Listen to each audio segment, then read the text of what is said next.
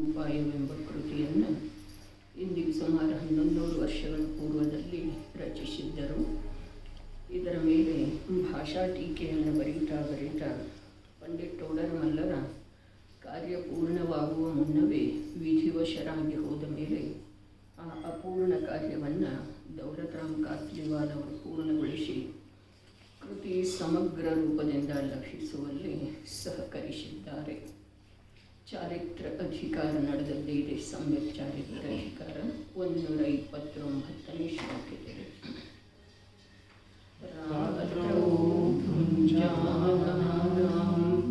ಯಸ್ಮಾದನಿವಾರಿತಾ ಭವತಿ ಹಿಂಸಾ ಹಿಂಸಾ ವಿರತೈಸ್ತಸ್ಮಾತ್ ತ್ಯಕ್ತವ್ಯಾ ರಾತ್ರಿಭುಕ್ತಿರಪಿ.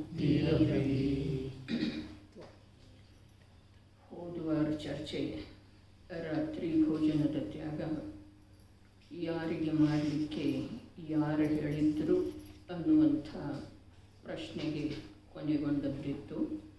ಭಾವಾರ್ಥ: ರಾತ್ರಿಯಲ್ಲಿ ಭೋಜನ ಮಾಡುವುದರಿಂದ ಜೀವಗಳ ಹಿಂಸೆಯು ಅವಶ್ಯವಾಗಿ ಆಗಿಯೇ ಆಗುತ್ತದೆ. ಪ್ರಾಯಶಃ ಬಹಳಷ್ಟು ಚಿಕ್ಕ ಚಿಕ್ಕ ಜೀವಗಳಿದ್ದು ಅವು ರಾತ್ರಿಯಲ್ಲಿಯೇ ಗಮನ ಮಾಡುತ್ತವೆ ಮತ್ತು ದೀವಿಗೆಯ ಪ್ರಕಾಶದ ಪ್ರೀತಿಯಿಂದ ದೀವಿಗೆಯ ಹತ್ತಿರಕ್ಕೆ ಬರುತ್ತವೆ. ಆದುದರಿಂದ ರಾತ್ರಿಯಲ್ಲಿ ಒಲೆ ಉರಿಸುವುದರಲ್ಲಿ, ನೀರು ಮೊದಲಾದವನ್ನು ತುಂಬುವಲ್ಲಿ, ಯಂತ್ರದಿಂದ ಬೀಸುವಲ್ಲಿ, ಭೋಜನ ಸಿದ್ಧಪಡಿಸುವಲ್ಲಿ ನಿಯಮದಿಂದ ಅಸಂಖ್ಯ ಜೀವಗಳ ಹಿಂಸೆಯಾಗುತ್ತಿರುವುದರಿಂದ ಹಿಂಸೆಯ ತ್ಯಾಗ ಮಾಡುವಂಥ ದಯಾಳು ಪುರುಷರು ಅವಶ್ಯವಾಗಿ ರಾತ್ರಿಯಲ್ಲಿ ತಿನ್ನುವ ತ್ಯಾಗ ಮಾಡಬೇಕಾಗುವುದು. ಹಿಂಸೆಯ ತ್ಯಾಗಿಗಳ ಸಲುವಾಗಿ ಅಂಥೇಳಿ ಆಚಾರ್ಯ ದೇವರ ಶಬ್ದ ಇದೆ. ಯಾರು ಹಿಂಸೆಯ ತ್ಯಾಗ ಮಾಡಿದಾರಲ್ಲ ಅವರ ಸಲುವಾಗಿ ರಾತ್ರಿ ಭೋಜನದ ತ್ಯಾಗ ಮಾಡಬೇಕಾಗೋದು. ಯಾಕೆ ಅಂತಂದ್ರೆ ರಾತ್ರಿಯಲ್ಲಿ ಜೀವ ಹಿಂಸೆ ಅನಿವಾರ್ಯವಾಗಿ ಆಗ್ತಿದೆ. ಹೀಗೆ ಹೇಳಿದ ನಂತರ ಟೀಕಾಕಾರ ಭಾವಾರ್ಥ ಬರೆಯುವ ವೇಳೆದೊಳಗೆ ಸ್ವಲ್ಪ ಅದನ್ನು ತಿಳಿಯುವ ಹಾಗೆ, ಎಲ್ಲ ಜೀವಗಳಿಗೆ ಉಪಯೋಗಿ ಆಗುವ ಹಾಗೆ ಸಡಿಲಗೊಳಿಸಿ ಹೇಳಿದ್ದಾರೆ. ಆದರೆ ಆಚಾರ್ಯ ಭಗವಂತರಂತೂ ಪಂಚಮಗುಣ ಸ್ಥಾನಾವರ್ತಿ ಶ್ರಾವಕನಿಗೆ ಹೇಳ್ತಾ ಇದ್ದಾರೆ ಅನ್ನುವುದನ್ನು ಟೀಕಾಕಾರರೇ ಸ್ಪಷ್ಟಪಡಿಸಿದ್ದಾರೆ. ಅಧಿಕಾರದ ವಿಭಾಗ ಮಾಡಿ ಅವರ ಸಮ್ಯಕ್ ಚಾರಿತ್ರ ಅಧಿಕಾರದ ವಿಭಾಗದೊಳಗೆ ಇದರದ ಸ್ವೀಕಾರ ಮಾಡಿದ್ದಾರೆ. ಸಮ್ಯಕ್ ಚಾರಿತ್ರ್ಯ ಯಾರಿಗಿರ್ತಿದೆ? ಎರಡು ಕಷಾಯ ಚೌಕಡಿ ಹೊರಟು ಹೋಗಿರುವಂಥ ಜೀವನಿಗೆನ ಇರ್ತಿದೆ, ಅರ್ಥಾತ್ ಸಾಧಕನಿಗಿರ್ತಿದೆ. ಅವನು ಸಾಧಕದಂದ್ರೆ ದೇಶವೃತ್ತಿ ಏನದನು ಸಾಧಕದ. ಮತ್ತು ಅವನಿಗೆ ಆತ್ಮನ ಅನುಭೂತಿ 15 ದಿವಸಕ್ಕೊಂದು ಸಲ, ಹೆಚ್ಚಂದ್ರೆ 15 ದಿವಸ. ಹೀಗಿರುವಂಥ ಜೀವನಿಗೆ ರಾತ್ರಿ ಭೋಜನದ ತ್ಯಾಗದ ಉಪದೇಶ ಕೊಡ್ತಾ ಇದ್ದಾರೆ. ಹಾಗಾದ್ರೆ ಅವನಿಗೆ ಸಮ್ಯಕ್ ದರ್ಶನ ಮತ್ತು ವ್ರತಗಳ ಅಂಗೀಕಾರ ಇದೆಲ್ಲ ರಾತ್ರಿ ಭೋಜನ ಇರುವಾಗ ಆಗಲಿಕ್ಕೆ ಸಾಧ್ಯ ಇಲ್ಲಲ್ಲ. ಹೀಗಿದ್ದ ಮೇಲೆ ಸ್ವಲ್ಪ ಗಂಭೀರವಾಗಿ ವಿಚಾರ ಮಾಡಿದ ನಂತರ ಇನ್ನೊಂದು ಮಾತು ಮೊನ್ನೆನೂ ಹೇಳಿದ್ದಿತ್ತು. ಭಾವಲಿಂಗಿ ಸಂತ ಅವರ ಆಚಾರ್ಯ ಪದದೊಳಗಿರಲಿ, ಅರ್ಥಾತ್ ಸಂಘದ ನಾಯಕ ಪದದೊಳಗಿರಲಿ ಅಥವಾ ಸಾಧು ಪದದೊಳಗೆ ಇರಲಿ, ಅವರ ಜಗತ್ತಿಗೆ ಯಾವುದೇ ಪ್ರಕಾರದ ಬೋಧ ಮಾಡಲಿಕ್ಕೆ ಹೋಗೋದಿಲ್ರಿ. ತಿಳಿತೇನ್ರಿ? ಯಾಕೆ ಅಂತಂದ್ರೆ ಪವಿತ್ರ ಪರಂಪರೆನ ಆಗಿದೆ. ತೀರ್ಥಂಕರರ ದೀಕ್ಷೆ ಧಾರಣ ಮಾಡಿದ ಮೇಲೆ ಮೌನನೇ ಇರ್ತಾರೆ. ಆ ಜನ್ಮ ಅವರು ಮಾತನಾಡುವುದೇ ಇಲ್ಲ, ಉಪದೇಶ ನೀಡುವುದೇ ಇಲ್ಲ. ಇನ್ನು ಅದೇ ಮಾರ್ಗದೊಳಗೆ ಸಾಗುತ್ತಾ ಇರುವಂಥ ಸಾಧಕ ಜೀವರುಗಳ, ಭಾವಲಿಂಗಿ ಸಂತರ, ಮುನಿರ್ ಮಹಂತರುಗಳ ಅನ್ಯ ಜೀವರುಗಳಿಗೆ ಉಪದೇಶ ಕೊಡಬಹುದೇನ? ವಸ್ತು ಸ್ವರೂಪದೊಳಗ ಹಾಗಿದೇನ? ಉಪದೇಶ ಕೊಡುವುದಿದೆಯೋ ಅಥವಾ ತನ್ನಷ್ಟಕ್ಕೆ ತಾನೇ ತನ್ನ ಜ್ಞಾನದೊಳಗ ಬೋಧ ಪ್ರಾಪ್ತ ಮಾಡಿಕೊಳ್ಳುವುದಿದೆ? ಅಲ್ಲಿ ಕ್ಷತ್ರ ಚೂಡಾಮಣಿಯೊಳಗೆ ವಾದೀಭಸಿಂಹ ಸೂರಿ ಹೇಳಿದರು, ವಪುಷ ನಿರೂಪಯಂತಿ. ಮುನಿರಾಜರು ಉಪದೇಶ ಆಗಿ ಕೊಡ್ತಾರೆ, ದೇಹದಿಂದ ಕೊಡ್ತಾರೆ, ಶರೀರದಿಂದ ಕೊಡ್ತಾರೆ. ಹಾಗಾದ್ರೆ ಅವರ ಆ ಸೌಮ್ಯ ಮೂರ್ತಿ ನಿರ್ಗ್ರಂಥ ಆಕಾರ ಏನಿದೆ ಶರೀರದ, ಅದುವೇ ನಿರ್ವಿಕಾರ ಸ್ವರೂಪದ ವಾಸ್ತವಿಕ ಆತ್ಮನ ಧರ್ಮವನ್ನ ನೋಡುವಂಥ ಜೀವನಿಗೆ ತೋರಿಸ್ಕೊಡ್ತಾ ಇದೆ. ಅದರಲ್ಲೇ ಕೂಡ ಅರೆ ಕೃತ್ರಿಮತೆಯಿಂದ ಬಾಳ್ತಾ ಇರುವಂಥ ನಗರದ ನಾಗರಿಕರ ಅಜ್ಞಾನದಿಂದ ಆ ನಿರ್ವಿಕಾರ ಮೂರ್ತಿಯನ್ನ ವಿಕೃತ ಅಂತ ಹೇಳಿ ಹೇಳ್ತಾರೆ. ನಿರ್ಗ್ರಂಥ ಮೂರ್ತಿಯನ್ನ, ನಿರ್ಗ್ರಂಥ ವ್ಯಕ್ತಿಯನ್ನ, ಸಾಧಕನನ್ನ, ಮುನಿಯನ್ನ ನಗರದೊಳಗೆ ಕೃತ್ರಿಮತೆಯೇ ತಮ್ಮ ಜೀವನವನ್ನಾಗಿಸಿಕೊಂಡಿರುವಂಥವ್ರ ಅದು ವಿಕಾರ ಅಂತ ಹೇಳಿ ಹೇಳ್ತಾ ಇದ್ದಾರೆ. ಹೌದು ಅಥವಾ ಇಲ್ರಿ? ಅಂದ್ರೆ ಏನ? ಆ ನಿರ್ಗ್ರಂಥತೆ ಏನಿದೆ ಅಥವಾ ನಿರ್ವಸ್ತ್ರ ದಶ ಏನಿದೆ ಶರೀರದ, ಅದು ಒಂದು ಪ್ರಕಾರದ ಅಪಮಾನ ರೂಪದ ಕಾರ್ಯ ಇದೆ ಅಂಥೇಳಿ ನಾಗರಿಕರೇ ಹೇಳ್ತಾ ಇದ್ದಾರೆ. ಅದರ ವಾಸ್ತವಿಕತೆ ಏನಿದೆ, ಇದುವೇ ಎಲ್ಲ ವಿಕೃತಿ ಇದೆ. ಕುಂದಾದ್ರಿ ದರ್ಶನದೊಳಗೊಂದು ಮಾತು ಬರ್ತಿದೆ, ಸಂಪೂರ್ಣ ವಿಶ್ವದ ಸಮಸ್ತ ಜೀವಗಳ ನಿರ್ವಸ್ತ್ರ ಇದ್ದಾವೆ. ಕುಂದಾದ್ರಿ ಬೆಟ್ಟದ ವಿವೇಚನೆ ಮಾಡುವ ವೇಳೆದೊಳಗೆ ಕೆಳಗಡೆ ಹಚ್ಚ ಹಸಿರಾದಂಥ ಗಿಡಗಳ ಬಳ್ಳಿಗಳ ಇದ್ದಾವೆ. ಮತ್ತು ಮೇಲೆ ಹೋದ ನಂತರ ನಗ್ನ ಬೆಟ್ಟ ಇದೆ, ಪಾಷಾಣದ ಬೆಟ್ಟ. ಅದನ್ನು ಹೇಳುವ ವೇಳೆದೊಳಗೆ ಹೇಳ್ತಾರೆ, ಆ ಬೆಟ್ಟ ಹೇಳ್ತಾ ಇದೆ ಇದೇನಿದೆ ಇದ ಕೃತ್ರಿಮತೆ ಇದೆ. ಒಂದು ಮಾತ. ಇನ್ನು ಎರಡನೇದಲ್ಲಿ ವಿಷಯ ಸ್ಪಷ್ಟೀಕರಣ ಮಾಡಿದ್ದಾರೆ. ಮನುಷ್ಯ ಯಾಕೆ ವಸ್ತ್ರ ಧಾರಣ ಮಾಡ್ತಾನೆ ಅಂತಂದ್ರೆ ತನ್ನ ಪಾಪವನ್ನು ಮುಚ್ಚಿಡ್ತಾರೆ ಅಂಥೇಳಿ ಅಲ್ಲಿ ಹೇಳಿದ್ದಾರೆ. ಇದು ಎಲ್ಲದರದ ಒಂದು ಸ್ವಲ್ಪ ಸರ್ವಾವಲೋಕನ ಮಾಡಿದ ನಂತರ ದಿಗಂಬರ ಮುನಿಗಳ ಯಾವುದೋ ಜೀವನಿಗೆ ಉಪದೇಶ ಹೇಳ್ತಾರೆ ಅನ್ನೋದು ವ್ಯವಹಾರ ಇದೆ. ವ್ಯವಹಾರ ಅಂದ್ರೆ ಏನ?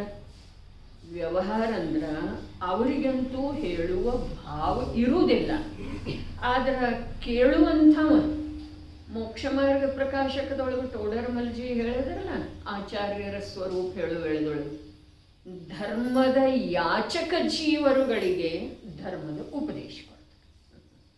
ಅರ್ಥಾತ್ ಯಾಚನೆ ಮಾಡಿಕೊಂಡು ಯಾರು ಬಂದಿದಾರಲ್ಲ, ಪ್ರಭು ಒಂದೆರಡು ಮಾತು ಹೇಳ್ರಿ, ಸುಖದ ಮಾತು ಹೇಳ್ರಿ, ನನಗೆ ಸುಖದ ಮಾರ್ಗವನ್ನು ತೋರಿಸಿಕೊಡ್ರಿ.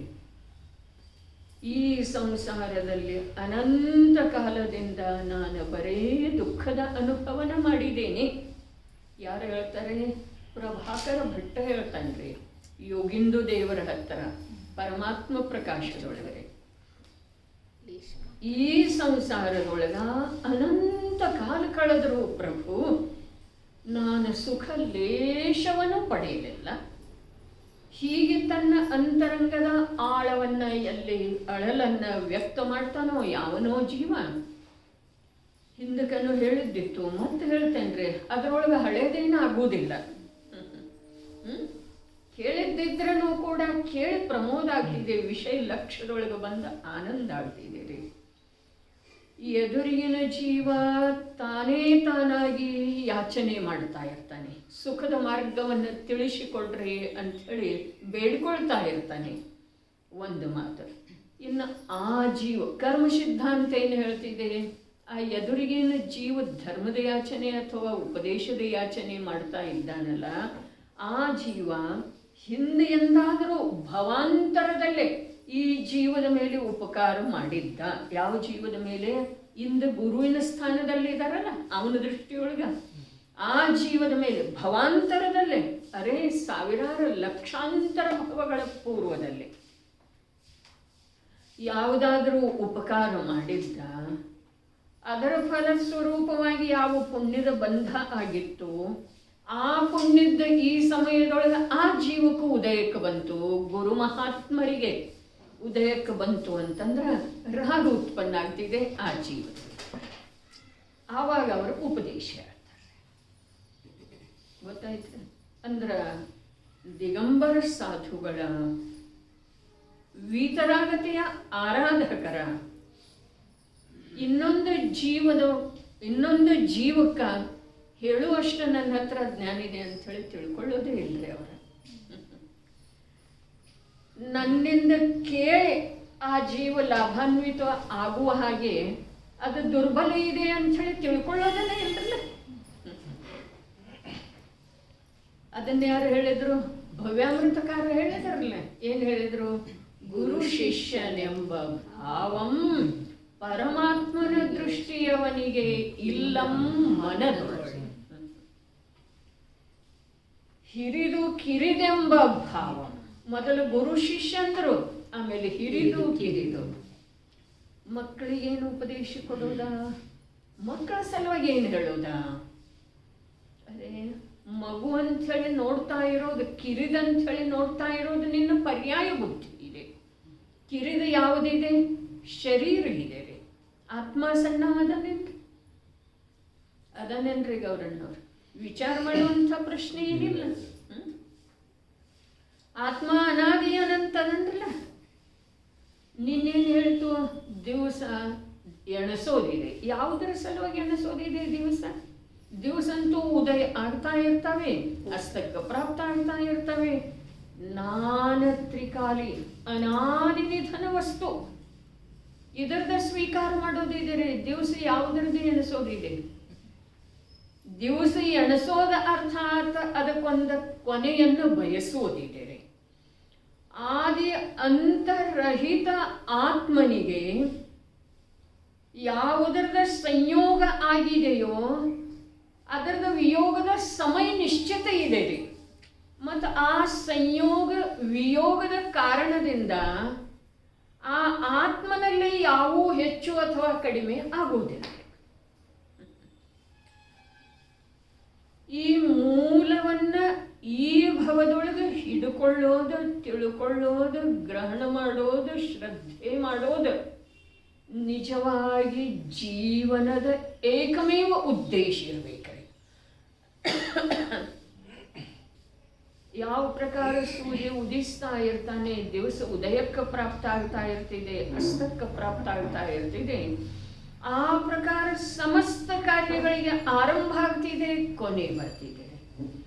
ಆದರೆ ಆರಂಭ ಮತ್ತು ಅಂತ್ಯದಿಂದ ರಹಿತ ತತ್ವದ ನಿರ್ಣಯ ಆಗೋದ ನಿಜವಾಗಿ ಮಹಾನ್ ಪುರುಷಾರ್ಥದ ಮತ್ತು ಅಪೂರ್ವ ಭಾಗ್ಯದ ಮಾತಿದೆ.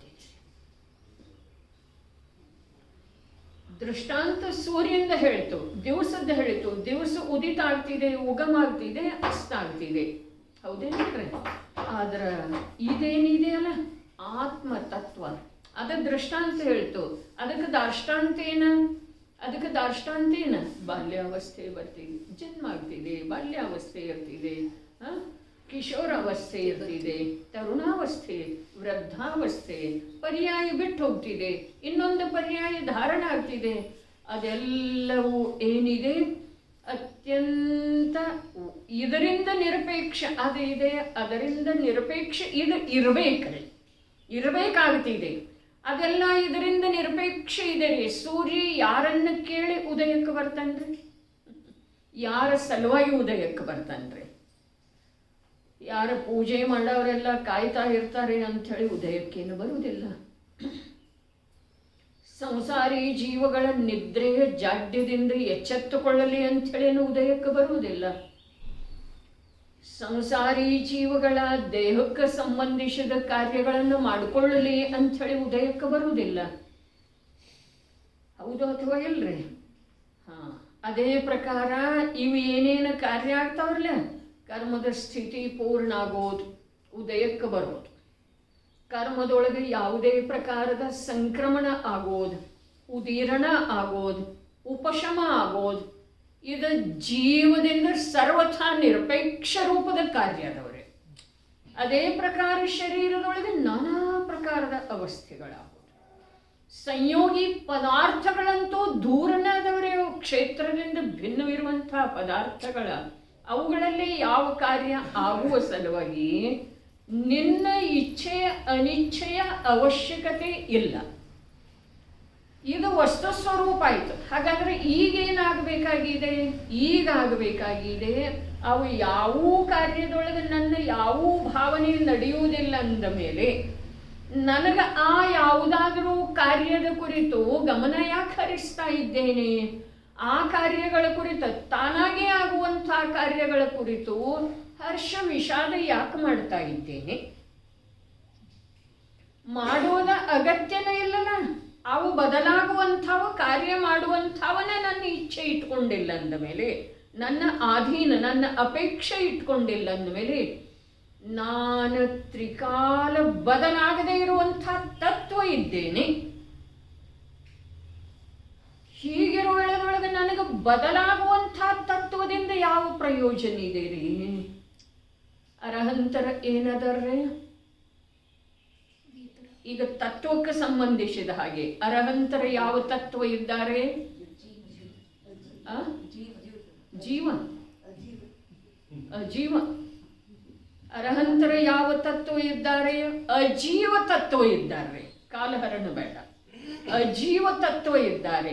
ನನ್ನ ದೃಷ್ಟಿಯೊಳಗೆ ನನಗೆ ಸಪ್ತ ತತ್ವದ ನಿರ್ಣಯ ಮಾಡೋದಿದೆಯಲ್ಲ, ನನ್ನ ದೃಷ್ಟಿಯೊಳಗೆ ಜೀವ ಮಾತ್ರರ ದೃಷ್ಟಿಯೊಳಗ ಅದು ಬೇಕಿಲ್ರಿ.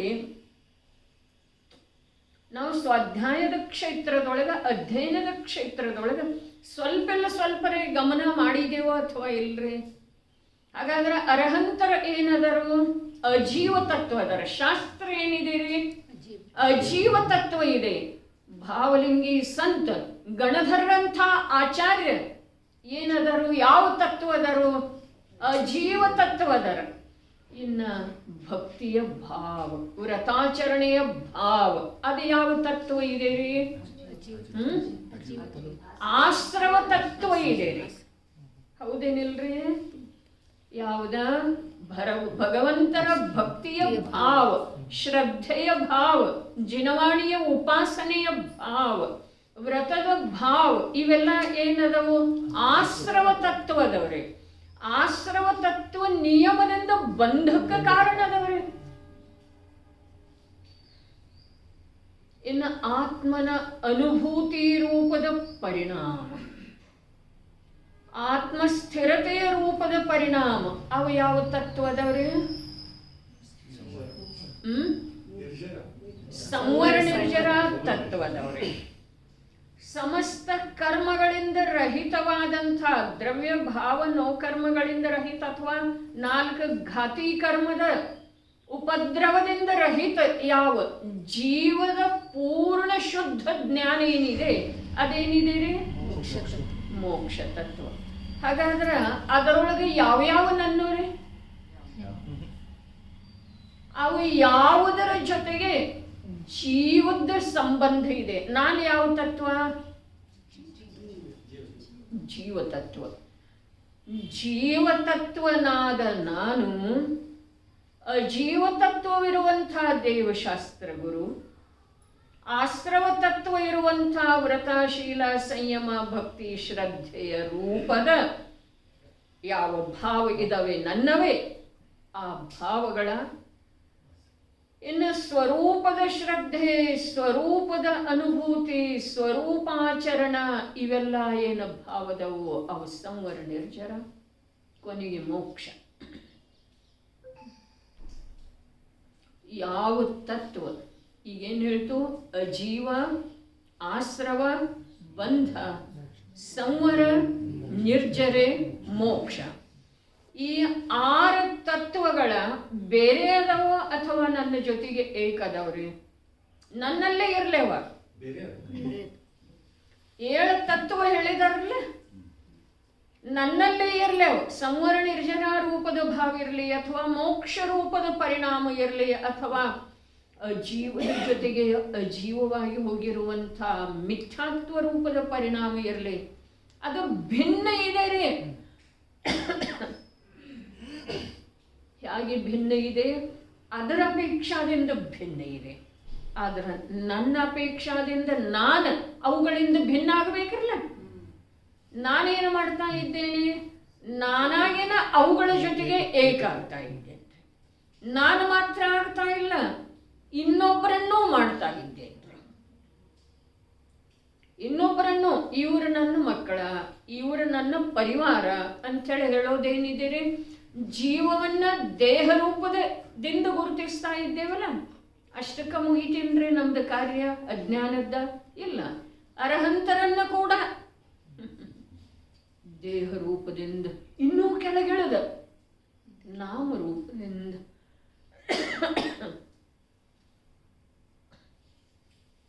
ಆಕಾರದ ರೂಪದಿಂದ, ವರ್ಣದ ರೂಪದಿಂದ, ಯಾವ್ಯಾವ ತೀರ್ಥಂಕರ ಯಾವ್ಯಾವ ವರ್ಣದವರು ಅಂತ ಹೇಳಿ ಹೇಳ್ತೇವಲ್ಲ, ಪೂಜೆಯೊಳಗೆ ಬರ್ತಿದೆಯಲ್ಲ. 16 ತೀರ್ಥಂಕರ ಚಿನ್ನದ ವರ್ಣದವರ. ಹೀಗೆಲ್ಲ ಹೇಳೋದ ಇದು ಏನಿದೆ ರೀ? ಅರೆ ಆಗಮದೊಳಗನ ಬರ್ತಿದೆಯಲ್ಲ, ಆಗಮದೊಳಗ ಏನೆಲ್ಲ ಬರ್ತಿದೆಯಲ್ಲ ಅದೆಲ್ಲವೂ ವ್ಯವಹಾರ ಇದೆ. ವ್ಯವಹಾರ ಇದೆ. ನಿಶ್ಚಯದ ಕಥನ ಏನಿದೆಯಲ್ಲ ಅದು ಕೂಡ ವ್ಯವಹಾರನೇ ಇದೆ. ಕಥನ ಏನಿದೆ ಅದು ವ್ಯವಹಾರ ಇದೆ. ನಿಶ್ಚಯದ ವಿಷಯದ ಅನುಭೂತಿ ಏನಿದೆ ಅದು ನಿಶ್ಚಯ. ಇನ್ನ ಈಗ ನಮ್ಮದ ಸಪ್ತ ತತ್ವಗಳಿಗೆ ಸಂಬಂಧಿಸಿದ ಹಾಗೆ ನಾನು ಜೀವತತ್ವ ಇದ್ದೇನೆ ಅಂಥೇಳಿ ಹೇಳಿದ ನಂತರ ಜೀವಕ್ಕೆ ಸಂಬಂಧಿಸಿದ ಸಮಸ್ತ ವಿಕಲ್ಪಗಳನ್ನ ಪ್ರಯತ್ನಪೂರ್ವಕ ನಾನು ಬಿಡಬೇಕು ಅಥವಾ ಬೇಡ್ರಿ? ಯಾವಾಗ?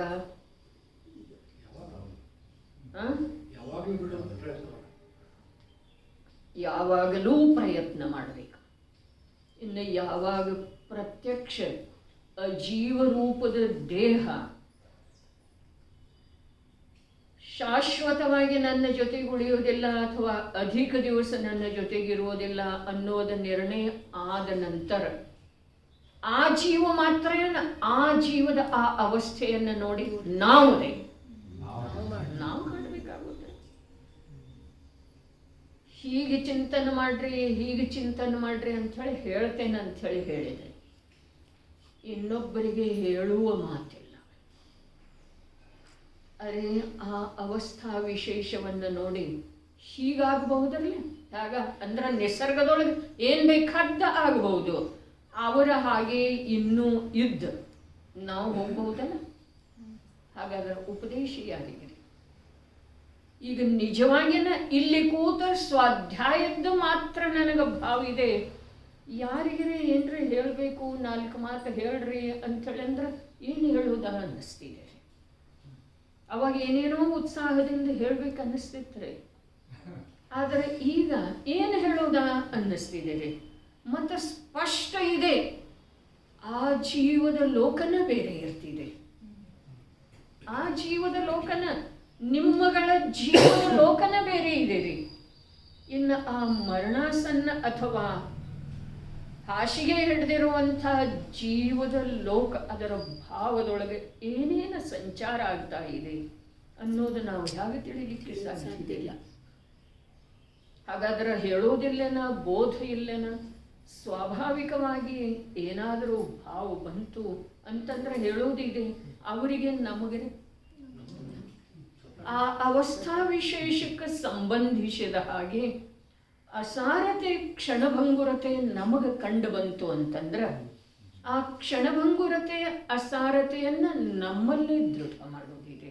ಆ ದೃಢ ಮಾಡುವುದರದ್ದು ಒಂದು ಮಾಧ್ಯಮ ಏನಿದೆ, ಅದು ವಿಕಲ್ಪ ಇದೆ. ಅದು ಬೇಕಾದರೆ ಮಾನಸಿಕ ವಿಕಲ್ಪ ಇರಬಹುದು, ಬೇಕಾದರೆ ವಚನದ ವಿಕಲ್ಪ. ಏನಿದೆ, ನಾನು ಜೀವ ತತ್ವ ಇದ್ದೇನೆ, ಅಜೀವದಿಂದ, ಆಶ್ರವದಿಂದ, ಸಂವರದಿಂದ, ಮೋಕ್ಷದಿಂದ ಭಿನ್ನ. ಯಾವಾಗಲೂ ಭಿನ್ನ ಇದ್ದೇನೆ, ವಸ್ತುತಃ ಭಿನ್ನ ಇದ್ದೇನೆ. ಆದರೆ ತಿಳಿಯುವಂಥ, ನೋಡ್ರಿ, ಅಜೀವ ಏನೂ ತಿಳಿಯೋದಿಲ್ಲ, ಆಶ್ರವೇನೂ ತಿಳಿಯೋದಿಲ್ಲ, ಸಂವರ ನಿರ್ಜರ ಮೋಕ್ಷ ಏನು ತಿಳಿತಿದೆ ಅಂದರೆ ಏನೂ ತಿಳಿಯೋದಿಲ್ಲ. ತಿಳಿಯುವಂಥವ ನಾನು ಅವುಗಳ ಜೊತೆಗೆ ನಾನಾಗಿನ ನನ್ನ ಬುದ್ಧಿ ಅಜ್ಞಾನದಿಂದ ಏಕಾಗ್ತಾ ಇದ್ದೇನೆ.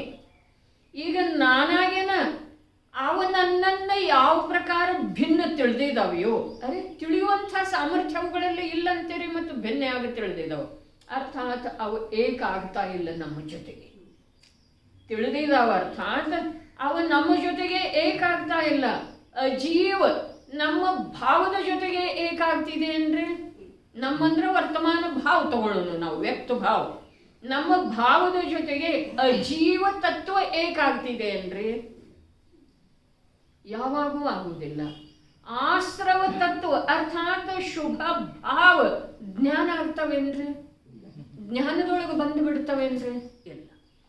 ಶುದ್ಧ ಭಾವ ತ್ರಿಕಾಲಿ ಜ್ಞಾನದೊಳಗೆ ಸಮಾವೇಶ ಆಗ್ತಿದೆ ಅಂದ್ರೆ ವ್ಯವಹಾರ ಇದೆ. ಹಾಗೆ ಕಥನ ಏನ, ವರ್ತಮಾನದ ಭಾವ ಜ್ಞಾನದ ಜೊತೆಗೆ ಅಭೇದತೆಯ ಅನುಭವ ಮಾಡೋದು, ಅರ್ಥಾತ್ ಧರ್ಮ ಇದೆ ಅಂಥೇಳಿ ಕಥನ ಇದೆ ರೀ.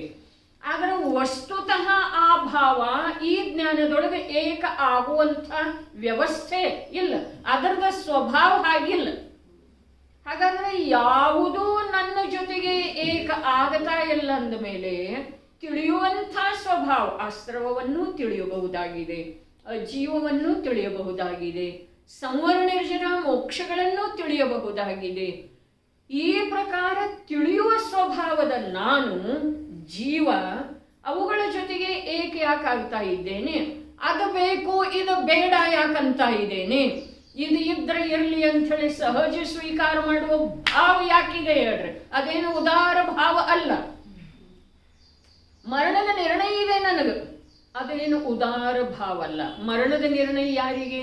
ಅರೆ ಮರಣದ ಯಾರಿಗಿಲ್ಲ, ಅವ್ರೇನು ನಿರ್ಣಯ ಮಾಡೋದ್ರಿ?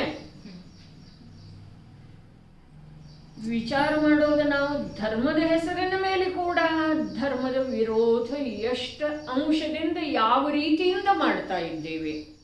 ಅದಕ್ಕೆ ಇಲ್ಲೇನಿದೆ ರೀ?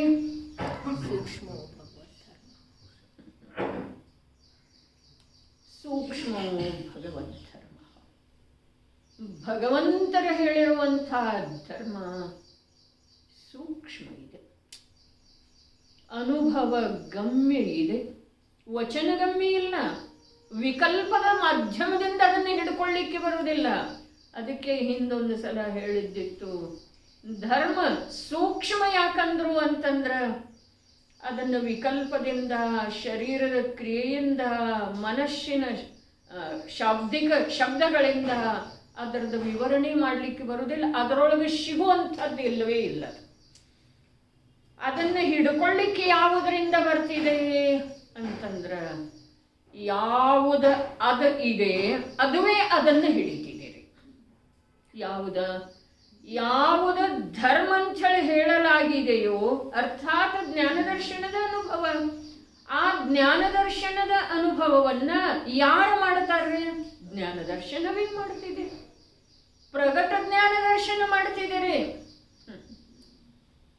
ತ್ರಿಕಾಲಿ ಜ್ಞಾನ ಸ್ವಭಾವ ಮಾಡುವುದಿಲ್ಲ. ಅನುಭವ ಯಾವುದು ಮಾಡ್ತಿದೆ? ಪ್ರಗಟ ಜ್ಞಾನ ದರ್ಶನ.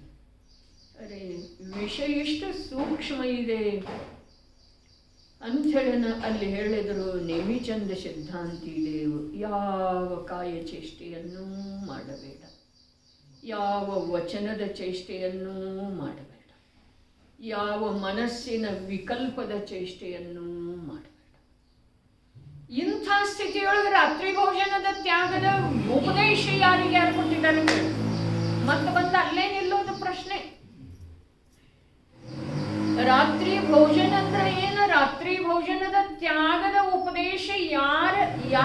ಕೊಟ್ಟಿದ್ದಾರೆ. ಅದೇ ಭಾವಲಿಂಗಿ ಸಂತ ಅಮೃತ ಚಂದ್ರ ದೇವ ಯಾರಿಗೆ ದೇಶವ್ರತದ ಅಂಗೀಕಾರ ಮಾಡಿರುವಂಥ ಜೀವನಿಗೆ. ನೆಲೆಗಳ ಪರಿಪಾಠದೊಳಗೆ ಏನಿದೆ, ಇವತ್ತಿಗೆ 3 ವಾರದಿಂದ ಚರ್ಚೆ ನಡೆದದ್ದೇ ಇದೆ. ನೆಲೆಗಳ ಪರಿಪಾಠದೊಳಗೆ ಏನಿದೆ, ದರ್ಶನ ನೆಲೆ, ವ್ರತ ನೆಲೆ, ಸಾಮಾಯಿಕ ನೆಲೆ, ಪ್ರೋಷಧ ನೆಲೆ, ಆಮೇಲೆ ರಾತ್ರಿ ಭೋಜನ ತ್ಯಾಗ, ಆಮೇಲೆ ಸಚ್ಚಿತ, ಆಮೇಲೆ ಬ್ರಹ್ಮಚರ್ಯ. ಈ ಪ್ರಕಾರ ಸ್ಪಷ್ಟ ಪರಿಭಾಷೆಗಳ ಮೂಲಕ ತಿಳಿಸಿಕೊಟ್ರನು ಕೂಡ ರಾತ್ರಿ ಭೋಜನದ ತ್ಯಾಗ ಯಾರಿಗೆ ಯಾವುದರ ಸಲುವಾಗಿ ಯಾರು ಮಾಡಿದ್ದಾರೆ? ಹಿಂಸೆಯ ತ್ಯಾಗಿಗಳು. ಅರ್ಥ ಒಂದ್ಸಲ ಓದೋನವ್ರೆ, ಅನ್ವಯ ಅರ್ಥ ಇದೆ ಅಲ್ಲ, ಅನ್ವಯ ಅರ್ಥರೆ. ಏಕೆಂದರೆ ರಾತ್ರಿ ಭೋಜನದ ತ್ಯಾಗ ಯಾಕೆ ಮಾಡ್ಬೇಕಂದ್ರ ಇಲ್ಲಿ ಹೇಳಿದಾರಲ್ಲ, ಉತ್ಥಾನಿಕೆ ರಾತ್ರಿ ಭೋಜನ ತ್ಯಾಗದ ವರ್ಣನೆ ಮಾಡುತ್ತಾರೆ. ಏಕೆಂದರೆ ರಾತ್ರಿಯಲ್ಲಿ ಭೋಜನ ಮಾಡುವಂಥವರಿಗೆ ಹಿಂಸೆಯು ಅನಿವಾರ್ಯವಾಗಿ ಆಗುತ್ತದೆ. ಆದುದರಿಂದ ಮುಂದೇನಿದೆ ಶಬ್ದ? ಹಿಂಸೆಯ ತ್ಯಾಗಿಗಳು. ಹಿಂಸೆಯ ತ್ಯಾಗ ಮಾಡಲಿಕ್ಕೆ ಬಯಸುವಂಥವರು ಅಂಥೇಳಿ ಹೇಳಲಿಲ್ಲ. ಹಿಂಸೆಯಿಂದ ಭಯಭೀತ ಇರುವಂಥವರು ಅಂಥೇಳಿ ಹೇಳಲಿಲ್ಲ. ಹಿಂಸೆಯ ತ್ಯಾಗಿಗಳಿಗೆ ಉಪದೇಶಿಸಿದಿರಿ. ಹಿಂಸೆಯ ತ್ಯಾಗಿಗಳು ರಾತ್ರಿ ಭೋಜನವನ್ನು ಕೂಡ ತ್ಯಾಗ ಮಾಡಬೇಕಾಗುವುದು. ಹಿಂಸೆಯ ತ್ಯಾಗಿಗಳು ಯಾರ? ಮಿಥ್ಯಾತ್ವ ಮತ್ತು ಅನಂತಾನುಬಂಧಿ ಹೋಗಿ, ಅಪ್ರತ್ಯಾಖ್ಯಾನ ಕೂಡ ಸರ್ವಥಾ ಹೋಗಿ, ಪ್ರತ್ಯಾಖ್ಯಾನದ ನಾಶ ಯಾರು ಮಾಡುವ ಉದ್ಯಮದಲ್ಲಿ ತೊಡಗಿದರೋ ಅವರ ಹಿಂಸೆಯ ತ್ಯಾಗಿಗಳು. ನಿಜವಾದ ಹಿಂಸೆ ಯಾವುದ? ಮಿಥ್ಯಾತ್ವ ಮತ್ತು ಅನಂತಾನುಬಂಧಿ ಏನಿದೆ, ಇದುವೇ ನಿಜವಾಗಿ ಹಿಂಸೆ ಇದೆ. ಯಾರಿಗೆ? ಸ್ವಯಂ ಆ ಜೀವನ. ಯಾವ ಜೀವದಲ್ಲಿ ಮಿಥ್ಯಾತ್ವ ಇದೆಯಲ್ಲ, ಆ ಮಿಥ್ಯಾತ್ವದಿಂದ ಸ್ವಯಂ ಆ ಜೀವದ ಅನಂತ ಹಿಂಸೆ ಆಗ್ತಿದೆ. ಅನಂತ ಹಿಂಸೆ.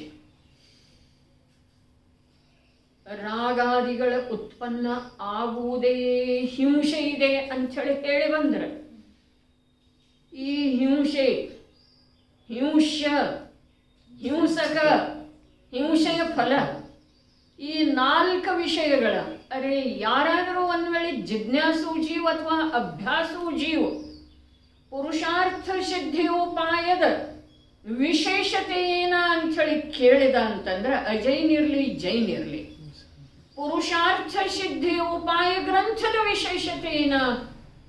ಅರೆ ಅದರಲ್ಲಿ ಹಿಂಸೆ ಅಹಿಂಸೆಗಳ ವಿವರಣೆ ಅತ್ಯಂತ ಅದ್ಭುತವಾಗಿ ಮೂಡಿ ಬಂದದ್ದಿದೆ. ಹೇಗೆ?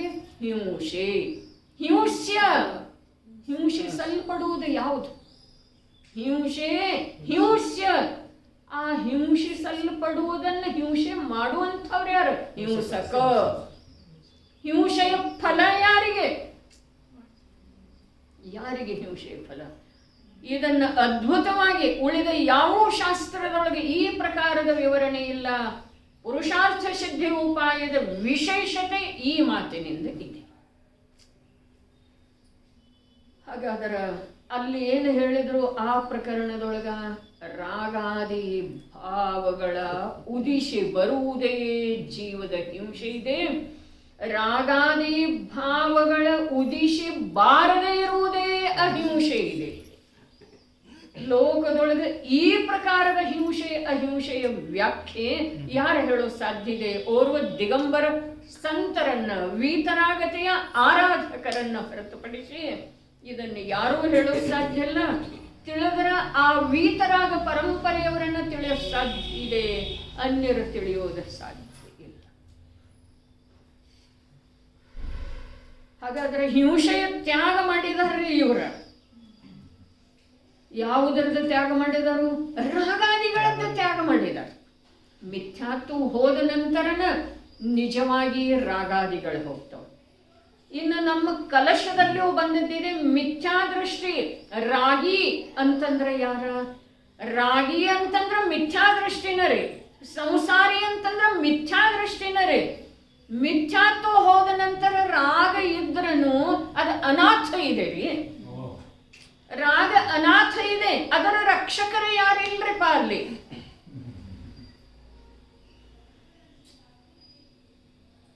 ವಿಚಾರ ಮಾಡೋದು ಇಲ್ಲಿ ಬಂದದ್ದ ಅನಾಥ ಶಬ್ದದ ಯಾವ ಪ್ರಕಾರದ ಅರ್ಥ ಇದೆ. ಮಿಥ್ಯಾತ್ವ ಹೊರಟೋದ ನಂತರ ಶಶಿಕಾಂತ್ ಬಾಯಿ ವಿಪರೀತ ಮನ್ನಣೆ ಹೊರಟೋದ ನಂತರ ದೇಹ ಅಂದ್ರ ನಾನು, ಧನದಿಂದ ಸುಖ, ಅನುಕೂಲ ಪುತ್ರನಿಂದ ಸುಖ, ಈ ಔಷಧ ತಗೊಳ್ಳೋದ್ರಿಂದ ನನಗೆ ಗುಣ ಆಯಿತು, ಈ ಪ್ರಕಾರದ ಮನ್ನಣೆ ಬಿಟ್ಟು ಹೋಗಿ ನಾನು ಸದೈವ ಜ್ಞಾನ ದರ್ಶನ ಸ್ವರೂಪಿ ಅರೂಪಿ ಚಿದ್ಘನ ತತ್ವ ಅನಂತ ಅನಂತ ಅನಂತ ಗುಣಗಳ ನಿಧಾನನಾದಂಥ ಭಗವಾನ್ ಆತ್ಮ ನನ್ನಲ್ಲಿ ಯಾವುದೇ ಪ್ರಕಾರದ ಪರ ಸಂಯೋಗದ ಸ್ಪರ್ಶನ ಇಲ್ಲ. ಈ ಪ್ರಕಾರದ ಆತ್ಮನ ಅನುಭೂತಿ ಯಾವ ಮಾಡಿದನೋ ಅವ ರಾಗ ಅವನಲ್ಲೇ ಇದ್ರನೂ ಕೂಡ ಅವ ರಾಗಿ ಇಲ್ಲ.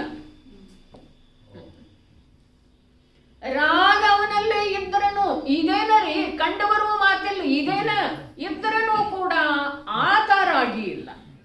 ರಾಗಿ ಶಬ್ದದ ಅರ್ಥ ಏನಿದೆ?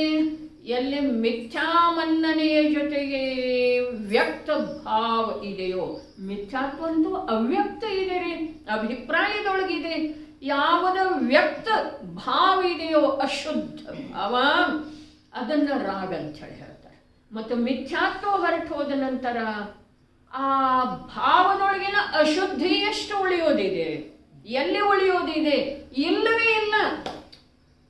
ಹಾಗಾದ್ರೆ ಹಿಂಸೆಯ ತ್ಯಾಗಿಗಳಿಗೆ ಹೇಳ್ತಾ ಇದ್ದಾರೆ.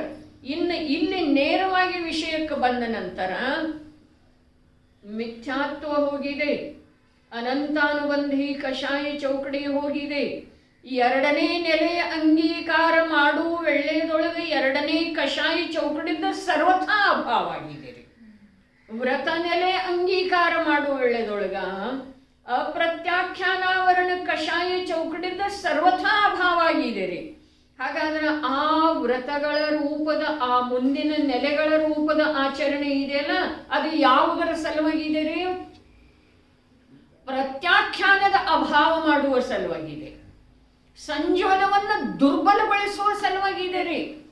ಸಂಜ್ವಲನದ ಪರಿಭಾಷೆ ಏನೋ ಹೇಳಿದ್ರು, ನೀರಿನ ಮೇಲಿನ ರೇಖೆ ಅಂತ ಹೇಳಿ. ಆದ್ರೆ ಅದನ್ನ ಆ ಪ್ರಕಾರ ಮಾಡುವುದು ಯಾವುದ? ಈ ಗೃಹಸ್ಥ ಧರ್ಮದ ಆಚರಣೆ ರೀ, ಶ್ರಾವಕನ ಆಚರಣೆ ರೂಪದ ಧರ್ಮ. ಹಾಗಾದ್ರೆ ಅಲ್ಲಿ ಅವನಿಗೆ ರಾತ್ರಿ ಭೋಜನ ಬಿಡೋದಿದೆ ರೀ. ಈಗ ವಿಷಯಕ್ಕೆ ಬರಬಹುದಲ್ಲ, ತಯಾರಾಗಿದೇನಿಲ್ರಿ, ಭೂಮಿಕೆ ಭದ್ರ. ಅಲ್ಲಿ ಬಿಡೋದಿದೆ ಅವನಿಗೆ ರಾತ್ರಿ ಭೋಜನ. ಆತ್ಮ ಭೋಜನ ಮಾಡ್ತಾನೇನ್ರಿ? ಹಾಗಾದ್ರೆ ಆತ್ಮ ಯಾವ ರಾತ್ರಿ ಭೋಜನವನ್ನು ಬಿಡೋದಿದೆ? ಇನ್ನೊಂದು ಇಲ್ಲಿ ಇದಕ್ಕೆ ಸಂಬಂಧಿಸಿದ ಹಾಗೆ ಸ್ಪಷ್ಟೀಕರಣ. ಕೆಲವು ಕ್ಷೇತ್ರ ಹೀಗಿದವು ಮಧ್ಯಲೋಕದೊಳಗ, ಅಲ್ಲಿ ಸೂರ್ಯ ಚಂದ್ರರ ಸಂಚಾರ ಇಲ್ರಿ. ಜೈನ ಭೂಗೋಳ ಓದೋದ್ರಿ, ಓದಿದೀರ ಮತ್ತು ಓದೋದು. ಅನಾಥ ಮುನಿ ಓದಿದ್ರಿ?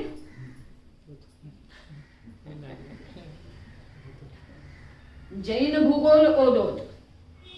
ಕೆಲವು ಕ್ಷೇತ್ರ ಹೀಗದವಲ್ಲ, ಅಲ್ಲಿ ಸೂರ್ಯ ಚಂದ್ರರ ಸಂಚಾರನೇ ಇಲ್ಲ, ರಾತ್ರಿನೇ ರಾತ್ರಿ, ಅರ್ಥಾತ್ ಕತ್ತಲ. ಅಲ್ಲಿ ಜೀವಗಳು ಹೇಗಿರ್ತಾವ? ಹಾಗಾದ್ರೆ ಹೇಗಿರ್ತಾವೆ? ಇಲ್ಲಿ ಗೂಬೆ ಅದ ಹೇಗದವ್ರಿ? ಸೂರ್ಯನ ಉದಯ ಆದ ನಂತರ ಅದರ ಕಣ್ಣು ಹೋಗ್ತಾವ್ರಿ. ರಾತ್ರಿ ಏನು ಕಾಣುವುದಿಲ್ಲ, ಏನು ಕಾಣಿಸೋ ಹಾಗೆ ಏನು ಇರ್ತಿದೆ ರೀ ರಾತ್ರಿ ಅವುಗಳ ಕಣ್ಣಿಗೆ? ತಿಳಿತೇನಿಲ್ರಿ? ರಾತ್ರಿ ಹಗಲಿ ಅನ್ನೋದು ಯಾರಿಗೆ? ಕಣ್ಣಿದ್ದವ್ರಿಗೇನಲ್ಲ. ಸರಿಯಾದ ಪ್ರಕಾರ ಜ್ಞಾನ ನೇತ್ರ ಯಾರು ತೆಗೆದಿದಾವಲ್ಲ ಅವರಿಗೆ ರಾತ್ರಿ ಹಗಲಿ ಇದೆ ರೀ. ಇಲ್ಲಿ ನಮಗೇನ ರಾತ್ರಿ ಹಗಲಿ ಭೇದ ಇಲ್ಲ. ನಾವು ಗೂಬೆಗಳ ಹಾಗೆ ಇದ್ದೇವೆ ಅಥವಾ ಸೂರ್ಯ ಚಂದ್ರರ ಸಂಚಾರ ಇಲ್ಲದೆ ಇರುವಂತಹ ಕ್ಷೇತ್ರದಲ್ಲಿ ಇದ್ದ ಹಾಗೆ ಅದೇವ್ರಿ. ಯಾರ ಜ್ಞಾನ ನೇತ್ರಗಳು ತೆಗೆದಿದಾವಲ್ಲ, ಅರ್ಥಾತ್ ಯೋಗ್ಯ ಅಯೋಗ್ಯ, ಆತ್ಮ ಅನಾತ್ಮ, ಬಂಧ ಮೋಕ್ಷ, ಸುಖ ದುಃಖ, ಇವುಗಳದ್ದು ಯಾರಿಗೆ ಸ್ಪಷ್ಟ ಅನುಭೂತಿ ಪೂರ್ವಕ ಪರಿಚಯ ಆಗಿದೆಯಲ್ಲ ಅವರಿಗೆ ರಾತ್ರಿ ಭೋಜನದ ತ್ಯಾಗ. ರಾತ್ರಿ ಭೋಜನ ಯಾವುದ? ಅರೇ ಈಗ ಇಲ್ಲಿಯವರೆಗೆ ಹೇಳ್ತಾನ ರಾಗ ಅವರಲ್ಲಿ ಇದೆ, ಆದ್ರ ಅವರ ರಾಗಿ ಇಲ್ಲ. ಹಾಗಾದ್ರೆ ಆ ರಾಗ ಇರಲೂಬಾರದು ಅಂತ ಹೇಳ್ತಾ ಇದ್ದಾರೆ ಇಲ್ಲಿ. ತಿಳಿತೇನ್ರಿ? ಮಿಥ್ಯಾತ್ವದ ಜೊತೆಗೆ ಯಾವ ಅಶುದ್ಧ ಭಾವ ಇದೆಯೋ ಅದನ್ನೇ ರಾಗ ಅಂತಾರೆ ಅಧ್ಯಾತ್ಮ ಶಾಸ್ತ್ರಗಳಲ್ಲಿ. ಇನ್ನ ಚರಣಾನುಯೋಗಕ್ಕೆ ಸಂಬಂಧಿಸಿದ ಹಾಗೆ ಕೂಡ ಸಮ್ಯಕ್ ದೃಷ್ಟಿಯಲ್ಲೇ ರಾಗ ಇರ್ತಿದೆ, ಆದ್ರ ಅವ ರಾಗಿ ಇರುವುದಿಲ್ರಿ. ಈ ಕಥನ ಬಂತೇನಿಲ್ರಿ? ಸಮ್ಯಕ್ ದೃಷ್ಟಿ ಜೀವನದೊಳಗೆ ಸಮ್ಯಕ್ ದೃಷ್ಟಿ ಯಾರ? 3 ಪ್ರಕಾರದವ್ರಿ. 4ನೇ ಗುಣಸ್ಥಾನಾವರ್ತಿ, 5ನೇ ಗುಣಸ್ಥಾನಾವರ್ತಿ, 6ನೇ ಗುಣಸ್ಥಾನಾವರ್ತಿ.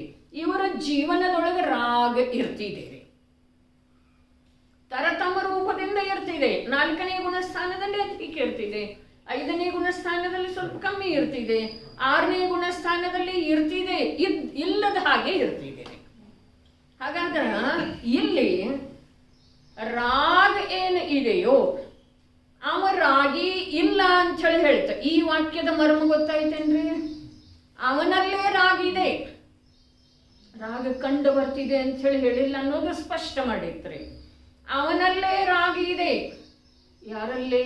ಭರತೇಶನಲ್ಲೇ ಇತ್ತೇನಿಲ್ರಿ? ಇಲ್ಲದೆ ಹೋದ್ರೆ ಚಕ್ರರತ್ನವನ್ನೇ ಹಾಕಿಬಿಡ್ತಿದ್ರಿ ಬಾಹುಬಲಿಯ ಮೇಲೆ. ಇಲ್ಲದೆ ಹೋದ್ರ ಆಯುಧಾಗಾರದೊಳಗೆ ಚಕ್ರರತ್ನ ಉದಿತ ಆದ ನಂತರ ಅದನ್ನು ಮುಂದಿಟ್ಕೊಂಡು 60,000 ವರ್ಷ ಯಾಕೆ ವಿಹಾರ ಮಾಡ್ತಿದ್ರಿ? ರಾಗಿ ಇದೆ ಏನಿಲ್ಲ ಅವನಲ್ಲೇ ಇದೆ, ಆದ್ರ ಅವ ರಾಗಿ ಇಲ್ಲ ಅನ್ನುವ ಮಾತು ಸತ್ಯ ಇದೆ ಏನ್ರಿ? ಸತ್ಯ ಇದೆಯೋ ಅಥವಾ ಇಲ್ಲ? ಯಾವುದರಿಂದ? ಮುಂದೆ ಯಾವಾಗ ಅವನು ಕೇವಲ ಜ್ಞಾನ ಪಡೆದಲ್ಲ ಅಂತರ್ಮುಹೂರ್ತದೊಳಗ, ಅದರಿಂದ ಸಿದ್ಧ ಆಯ್ತು. ಏನ? ಅವನಲ್ಲೇ ರಾಗಿತ್ತು, ಆದ್ರೆ ಅವನು ಸ್ವಯಂ ರಾಗಿ ಇರಲಿಲ್ಲ. ಸಿದ್ಧ ಆಯ್ತೇನಿಲ್ರಿ? ಅವನಲ್ಲೇ ರಾಗ ಇತ್ತು, ಆದ್ರೆ ಅವನು ಸ್ವಯಂ ರಾಗಿ ಇರಲಿಲ್ಲ. ಇಷ್ಟಕ್ಕೆ ಕಾರ್ಯ ಮುಗಿಯೋದಿಲ್ಲ.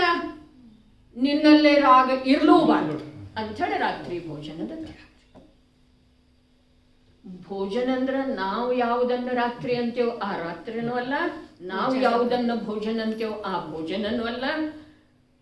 ಇಲ್ಲಿ ಭಾವಾರ್ಥದೊಳಗೆ ಅದನ್ನೇನು ಸ್ಪಷ್ಟ ಮಾಡಿದರೆ ಅದು ಬೇಕಾದ್ರೆ ಒಂದು ವೇಳೆಗೆ ನಮಗೆ ಅನ್ವಯಿಸಬಹುದಾಗಿದೆ. ಹಾಗಾದ್ರೆ ನಾವು ಹಿಂಸೆಯ ತ್ಯಾಗಿ ಇದ್ದೇವೇನ? ಇದ್ದೇವಲ್ಲ. ಹೇಗಿದ್ದೇವು? ಜನ್ಮದಿಂದನೇ ಇದ್ದೇವ್ರಿ, ಹೌದೇನಿಲ್ರಿ? ಇದು ನಮಗೆ ಅನ್ವಯಿಸಬೇಕಾದ್ರೆ ನಾವು ಹಿಂಸೆಯ ತ್ಯಾಗಿ ಜನ್ಮದಿಂದನೇ ಇದ್ದೇವಲ್ಲ. ಹೇಗ?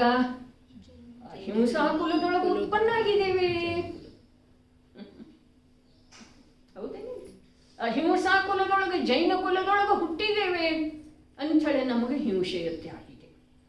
ಹಾಗಾದ್ರೆ ಜೈನ ಕುಲದೊಳಗೆ ಹುಟ್ಟಿದವರ ಈ ಪ್ರಕಾರ ನಾವು ಯಾವುದನ್ನು ರಾತ್ರಿ ತಿಳಿತೇವೆ ಆ ರಾತ್ರಿಯೊಳಗ ನಾವು ಯಾವುದನ್ನು ಭೋಜನ ತಿಳಿತೇವೆ ಆ ಭೋಜನ ಮಾಡಬಾರ್ದು.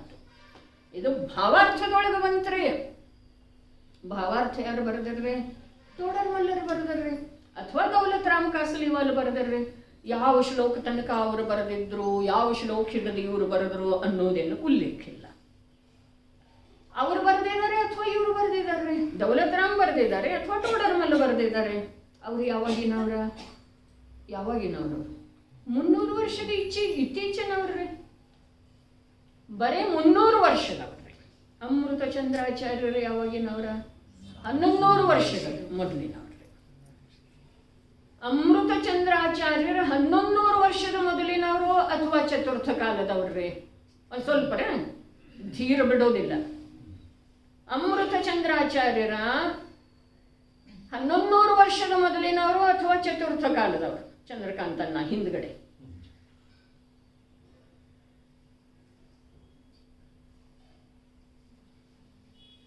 ಅದಕ್ಕೆ ಧೀರ್ ಬಿಡೋದಿಲ್ಲ ಅಂತ ಹೇಳಿ ಹೇಳ್ತಾರಲ್ಲ, ಧೈರ್ಯದಿಂದ ಯೋಚನೆ ಮಾಡೋದು. ಅರೆ ಆಗಮದ ಆಧಾರದಿಂದ ಯೋಚನೆ ಮಾಡೋದು, ಕಾಲಗಳ ಸ್ವರೂಪದ ಮೇಲಿಂದ ಯೋಚನೆ ಮಾಡೋದು. ಅರೆ ಅಮೃತ ಚಂದ್ರಾಚಾರ್ಯರ ಭಲೆ 1100 ವರ್ಷದ ಪೂರ್ವದವರಿದ್ರನು, ಪಂಚಮ ಕಾಲದೊಳಗಾಗಿದ್ರನು, ಅವರು ಚತುರ್ಥ ಕಾಲದ ಆಚರಣೆಯುಳ್ಳವರದರಲ್ಲ. ಅರ್ಥಾತ್ ಮೋಕ್ಷದ ಸಲುವಾಗಿ ನೈರ್ಗ್ರಂಥತೆಯನ್ನು ಅಂಗೀಕಾರ ಮಾಡಿದಾರೆ. ಧರ್ಮದ ಪ್ರಚಾರ ಸಲುವಾಗಲ್ಲ, ಧರ್ಮವನ್ನು ಉಳಿಸುವ ಸಲುವಾಗಲ್ಲ. ಪಂಚಮ ಕಾಲದ ಕೊನೆಯವರೆಗೆ ಯಾರು ಭಾವಲಿಂಗಿ ಸಂತ ಆಗ್ತಾರಲ್ಲ ಅವರೆಲ್ಲ ಚತುರ್ಥ ಕಾಲದವರು. ಅವರ ಜೀವನದೊಳಗೆ ಚತುರ್ಥ ಕಾಲನೇ ಇದೆ ರೀ. ಹೇಗೆ ಹೇಳ್ತೀರಿ? ಅರೆ ಪಂಚಮ ಕಾಲದೊಳಗೆ ಮೋಕ್ಷ ಆಗುವುದಿಲ್ಲ ಅನ್ನೋದು ಅವರಿಗೆ ಗೊತ್ತಿತ್ತೋ ಅಥವಾ ಇಲ್ರಿ? ಹಾಗಾದ್ರೆ ಯಾಕೆ ಮೋಕ್ಷದ ಕಾರಣ ರೂಪದ ದೀಕ್ಷೆ ಅಂಗೀಕಾರ ಮಾಡಿದ್ರಿ? ಅವ್ರ ಕಾರಣ ಬೇಕ್ರೆ. ಯಾಕೆ ದೀಕ್ಷೆ ಅಂಗೀಕಾರ ಮಾಡಿದ್ರೆ? ಅವ್ರಿಗೆ ಗೊತ್ತಿತ್ತೇನಿಲ್ರಿ ಪಂಚಮ ಕಾಲದ ಜೀವ ಮೋಕ್ಷಕ್ಕೆ ಹೋಗೋದಿಲ್ಲ, ದೀಕ್ಷಾ ತಗೊಳ್ಳೋದು ಮೋಕ್ಷದ ಸಲುವಾಗೇನ ಇರ್ತಿದೆ. ಇಷ್ಟು ಕೂಡ ಸಾಮಾನ್ಯ ಜ್ಞಾನ ಇತ್ತು ಅಥವಾ ಇಲ್ರಿ ಅವರಿಗೆ? ಹಾಗಾದ್ರೆ ಅವ್ರು ಯಾಕೆ ದೀಕ್ಷಾ ತಗೊಂಡ್ರು? ಅರೆ ಕಾಲದ ಅಧೀನ ನನ್ನ ಜೀವನ ಇಲ್ಲ ಅನ್ನೋದ್ರದ ಅವರಿಗೆ ನಿರ್ಣಯ ಇರ್ತಾರೆ.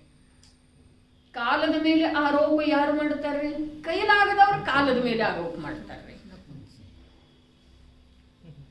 ಶಬ್ದದೊಳಗೆ ಮರ್ಮ ಇದೆ. ಕೈಲೇ ಆಗದವ್ರು ಕಾಲದ ಮೇಲೆ ಆರೋಪ ಮಾಡ್ತಾರೆ. ವ್ಯವಹಾರದೊಳಗೆ ಅಂತ್ಯವೇನಿಲ್ಲ, ನನ್ನ ಕೈಲೇ ನಡೆಯೋದಾಗುದಿಲ್ಲಪ್ಪ, ಇನ್ನ ಕೈಲೇ ನಡೆಯೋದಿಲ್ಲ. ಅದೇ ಸಿದ್ಧಾಂತ ಇಲ್ಲಿ. ಯಾರಿಗೆ ಕೈಲೇ ಆಗೋದಿಲ್ಲ, ಅರ್ಥಾತ್ ಯಾರು ಪುರುಷಾರ್ಥ ಮಾಡೋದಿಲ್ಲನ ಆ ಬಾಹ್ಯ ಕಾಲದ ಮೇಲೆ, ಪಂಚಮ ಕಾಲದ ಮೇಲೆ. ಅದೇ ಪಂಚಮ ಕಾಲ ಇರೋದ್ರಿಂದ ಇಂಥದ್ದ ಹೀನ ಸಂವಹನ ಇರೋದ ಇರ್ಲಿಲ್ಲ, ಅದು ನಿನ್ನೊಳಗಿದೇನ? ಹೀನ ಸಂವಹನ ನಮ್ಮೊಳಗಿದೆ ಅಂದ್ರೆ ಅದರ ಸಲುವಾಗಿ ಧರ್ಮ ಹಯಾತಮಜ್ಞಾನೀಕ ಶ್ರೀಮಂಧರ ಮಹಾವೀರ ಸ್ವಾಮೀಕ. ಮಹಾವೀರ ಅಂದ್ರೆ ಈ ಭರತ ಕ್ಷೇತ್ರದ ಅಂತಿಮ ತೀರ್ಥಂಕರ ಅಲ್ಲ. ಶ್ರೀಮಂಧರಂದ್ರ ಪೂರ್ವ ವಿದೇಹದೊಳಗೆ ವಿರಾಜಮಾನಿದ್ದಾರೆ ಅವರಲ್ಲ. ಮಹಾವೀರತೆಯಿಂದ ತನ್ನ ಸೀಮೆಯ ಧಾರಣೆ ಯಾರು ಮಾಡಿದಾರೋ ಅವರು ಶ್ರೀಮಂಧರ ಮಹಾವೀರ ಸ್ವಾಮೀಕ. ಶ್ರೀಮಂಧರ ಮಹಾವೀರ ಎರಡಿಲ್ರಿ, ಇಬ್ಬರಿಲ್ರಿ. ಅವರು ನನ್ನಿಂದ ಬೇರೆ ಅಂತೂ ಇಲ್ಲವೇ ಇಲ್ಲ, ಆತ್ಮನಿಂದ ಬೇರೆ ಅಂತೂ ಇಲ್ಲವೇ ಇಲ್ಲ. ತನ್ನ ಸ್ವರೂಪ ಸೀಮೆಯನ್ನ ಯಾವ ಮಹಾನ್ ವೀರತೆಯಿಂದ ಧಾರಣ ಮಾಡಿ ನಿಂತಿದನೋ ಅವನ ಧರ್ಮ ಇದೆ. ಇದು ಹೇಡಿಗಳದ್ದಲ್ರೆ.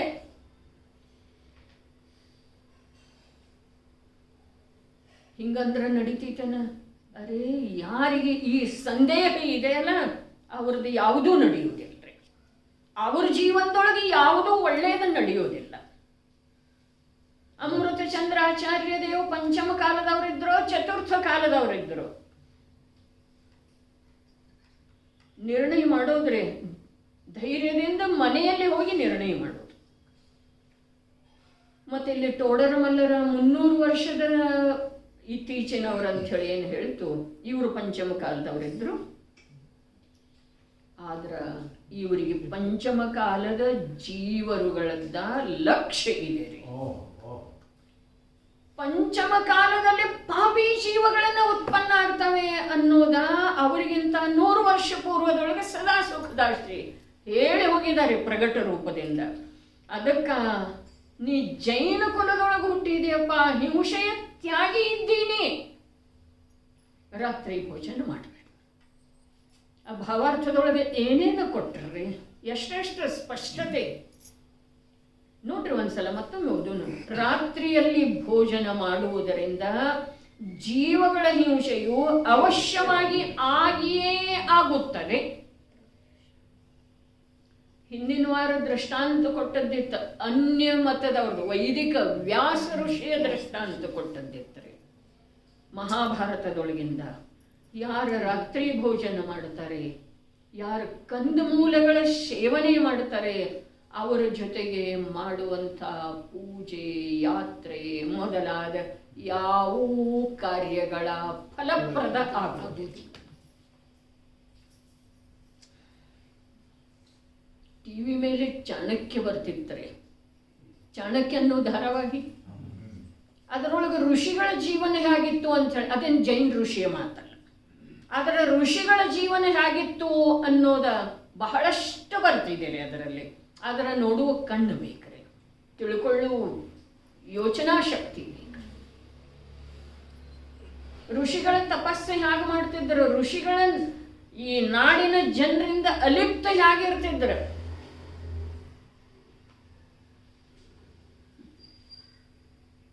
ಚಾಣಕ್ಯನ ಕಥೆ ಅಲ್ಲಿ ಹಾಗೇ ಹೇಳಿರಲಿ, ಆಗಿನ ಕಾಲದೊಳಗ ಜೈನೇತರರಲ್ಲೆಲ್ಲ ಋಷಿ ಮುನಿಗಳ ಜೀವನ ಹೇಗಿತ್ತು ಅನ್ನೋದನ್ನು ದರ್ಶಿಸಿದ್ದೆ ಹಾಗೇ ದರ್ಶಿಸಲಿ. ಆದರೆ ಚಾಣಕ್ಯ ಮುನಿ ಸ್ವಯಂ ದೀಕ್ಷಾ ಧಾರಣ ಮಾಡಿ ಉಪಸರ್ಗ ಸಹಿತ ದೇಹ ತ್ಯಾಗ ಮಾಡಿದ್ದಾರೆ. ಉಪಸರ್ಗ ಸಹಿತ.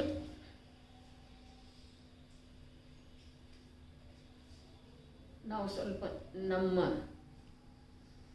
ಭಾರತದ ಇತಿಹಾಸವನ್ನು ನೋಡಿದ ನಂತರ ಕೂಡ ಇಂದಿನ ಭೌತಿಕ ಜೀವನಕ್ಕ ಮತ್ತು ಧರ್ಮ ಅಥವಾ ವಾಸ್ತವಿಕ ಅಥವಾ ಭಾರತ ಭೂಮಿಯ ಒಂದು ಯಾವ ಪವಿತ್ರತೆ ಇತ್ತು, ಇದಕ್ಕೆ ಯಾವ ವ್ಯತ್ಯಾಸ ಆದದ್ದು ಇದೆ, ಅದಕ್ಕೆ ಏನು ಕಾರಣ ಇದೆ, ಇದನ್ನು ವಿಚಾರ ಮಾಡಿದರೆ ಸದಾ ಸುಖದಾಸರ ಮಾತ ಸತ್ಯ ಸಿದ್ಧ ಆಗ್ತಿದೆ. ಅದಕ್ಕೆ 100 ವರ್ಷ ಆಗಿ ಹೋಗಿದ್ದು ಟೋಡರ ಮಲ್ಲರ ಹೀಗೆ ಹೇಳಿದರೆ ಬರಿಬೇಕಾಯ್ತು. ಅದು ಅವರವರ ಮಾತನಾಡದಿದೆ ಅಂತ ಹೇಳಿ ನೀ ತಿಳ್ಕೊಂಡು ಸುಮ್ಮಿರಬೇಡ. ನೀ ಹುಟ್ಟಿರೋದು ಹಿಂಸೆಯ ತ್ಯಾಗದ ಕೊಲದೊಳಗ. ಅದಕ್ಕೆ ನೀನು ಈ ಪ್ರಕಾರ ರಾತ್ರಿ ಭೋಜನ ಮಾಡೋದ ಯೋಗ್ಯಿಲ್ಲ. ಹಿಂಸೆಯ ತ್ಯಾಗಿಗಳು ಯಾವಾಗ ಮಾಡಿದೇವ್ರು ನಾವು ಹಿಂಸೆಯ ತ್ಯಾಗ? ಯಾವಾಗ ಮಾಡಿದೇವ್ರು? ಮಾಡಿದೇವಂಥೇಳಿನ ಹಿಂದಿನ ಭವಾಂತರಗಳಲ್ಲಿ ಮಾಡಿದೇವಂಥೇಳಿನ ಜೈನ ಕುಲದೊಳಗೆ ಹುಟ್ಟಿದೇವ್ರಿ. ಅದ ಆಚಾರ್ಯರದ ಸಮ್ಯಕ್ ದೃಷ್ಟಿಗಳದ ಮಾತಿರೋ ತನಕ ಸ್ವಲ್ಪ ಕೇಳಲಿಕ್ಕೆ ಚಲೋ ಅನಿಸ್ತೀವಿ. ನಮ್ಮ ಮೇಲೆ ಬಂತು ಅಂತಂದ್ರೆ ಸ್ವಲ್ಪ ಮುಖ ಸಣ್ಣ ಆಗ್ತವ್ರೆ. ಹಿಂಸೆಯ ತ್ಯಾಗ ಮಾಡಿದೇವ್ರಿ ನಾವು. ಅದೇ ಅದು ನಿಜವಾದ ಹಿಂಸೆಯ ತ್ಯಾಗ ಅಲ್ಲ ಅನ್ನೋದು ಆಧ್ಯಾತ್ಮ ದೃಷ್ಟಿಯಿಂದ ಸತ್ಯ ಇದ್ದರನೂ ಕೂಡ, ಈ ಜೈನ ಕುಲದೊಳಗೆ ಹುಟ್ಟಬೇಕಾದ್ರೂ ಕೂಡ ನಿಜವಾಗಿನ ಬಹಳಷ್ಟು ನಾವು ಹಿಂದ ಪವಿತ್ರ ಜೀವನ ಮಾಡಿದ್ದೇವೆ. ಮತ್ತು ಈಗ ಬಂದ ಇಲ್ಲಿ ಅಪವಿತ್ರತೆಯನ್ನು ನಮ್ಮದಾಗಿಸಿಕೊಳ್ಳುವುದ್ರೆ, ಅಯೋಗ್ಯತೆಯನ್ನು ನಮ್ಮದಾಗಿಸಿಕೊಳ್ಳುವುದ. ಸಾಮಾನ್ಯ ಶ್ರಾವಕಾಚಾರ ಅಂತ ಹೇಳಿ ಒಂದು ಪುಸ್ತಕ ಇದೆ ರೀ ಸಂತ. ಅದರಲ್ಲಿ ಇಂದಿನ ಲೇಖಕರ ಹೇಳ್ತಾರೆ, ಅರೆ ರಾತ್ರಿ ಭೋಜನದ ಮಾತೇನಿದೆ ಅಲ್ಲ, ಪಶುಗಳಿಗಿಂತ ಹೀನಿದೆ ಅದು. ಯಾಕೆ ಅಂತಂದ್ರೆ, ಯಾವ ದಿವಸ ಭೋಜನ ಮಾಡುವಂಥ ಪ್ರಾಣಿ ಅದಾವೋ ಅವ ರಾತ್ರಿ ಮಾಡೋದಿಲ್ಲ, ತಿನ್ನೋದಿಲ್ಲ ಅವ ರಾತ್ರಿ. ಯಾವ ರಾತ್ರಿನ ಭೋಜನ ಮಾಡುವ ನಿಶಾಚರಿಗಳದಾವೋ ಅವ ಹಗಲೊತ್ತು ತಿನ್ನೋದಿಲ್ಲ. ಹಾಗಾದ್ರೆ ಇವು ಮನುಷ್ಯ ಹಗಲಿನೂ ತಿಂತಾನು, ರಾತ್ರಿನೂ ತಿಂತಾನು. ಇವು ಯಾವ ದನಗಳಿಗೆ ಯಾವ ಪಶುಗಳಿಗೆ ಸೇರಿದಂಥ ಅದನಪ್ಪ.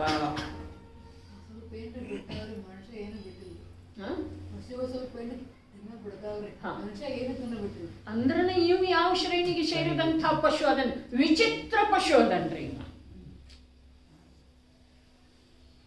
ಅಲ್ಲಿ ಅವರು ಒಂದು ತರ್ಕ ನಿರ್ಮಾಣ ಮಾಡಿ ಹೇಳ್ತಾರೋ, ಪಶುಗಳು ತಿಂತಾವಲ್ಲ ರಾತ್ರಿ, ಅರೆ ಅವು ನಿನ್ನ ಸಂಯೋಗದೊಳಗೆ ಬಂದು ತಿನ್ಲಿಕ್ಕೆ ಕಲ್ತಿದ್ದಾವಪ್ಪ, ಎಮ್ಮೆ ಹಸು ಅವೆಲ್ಲ. ನೀನು ಸಾಕಿದೆ, ಅವಕ್ಕೆ ದಿವಸ ಎಷ್ಟು ಬೇಕೋ ಅಷ್ಟು ಪರ್ಯಾಪ್ತ ಹಾಕುವುದಿಲ್ಲ. ಅದ ಕಡೆ ಕೆಲಸ ತಗೊಂತಿ ಎತ್ತುಗಳ ಕಡೆಯಿಂದ, ಮತ್ತು ರಾತ್ರಿ ಹಾಕ್ತಿ ಅಂದ ಮೇಲೆ ಅದು ಅನಿವಾರ್ಯವಾಗಿ ತಿನ್ಬೇಕಾಗ್ತಿದೆ. ಕ್ಷುಧ ಬಾಧೆಯನ್ನು ತಾಳಲಾರದೆ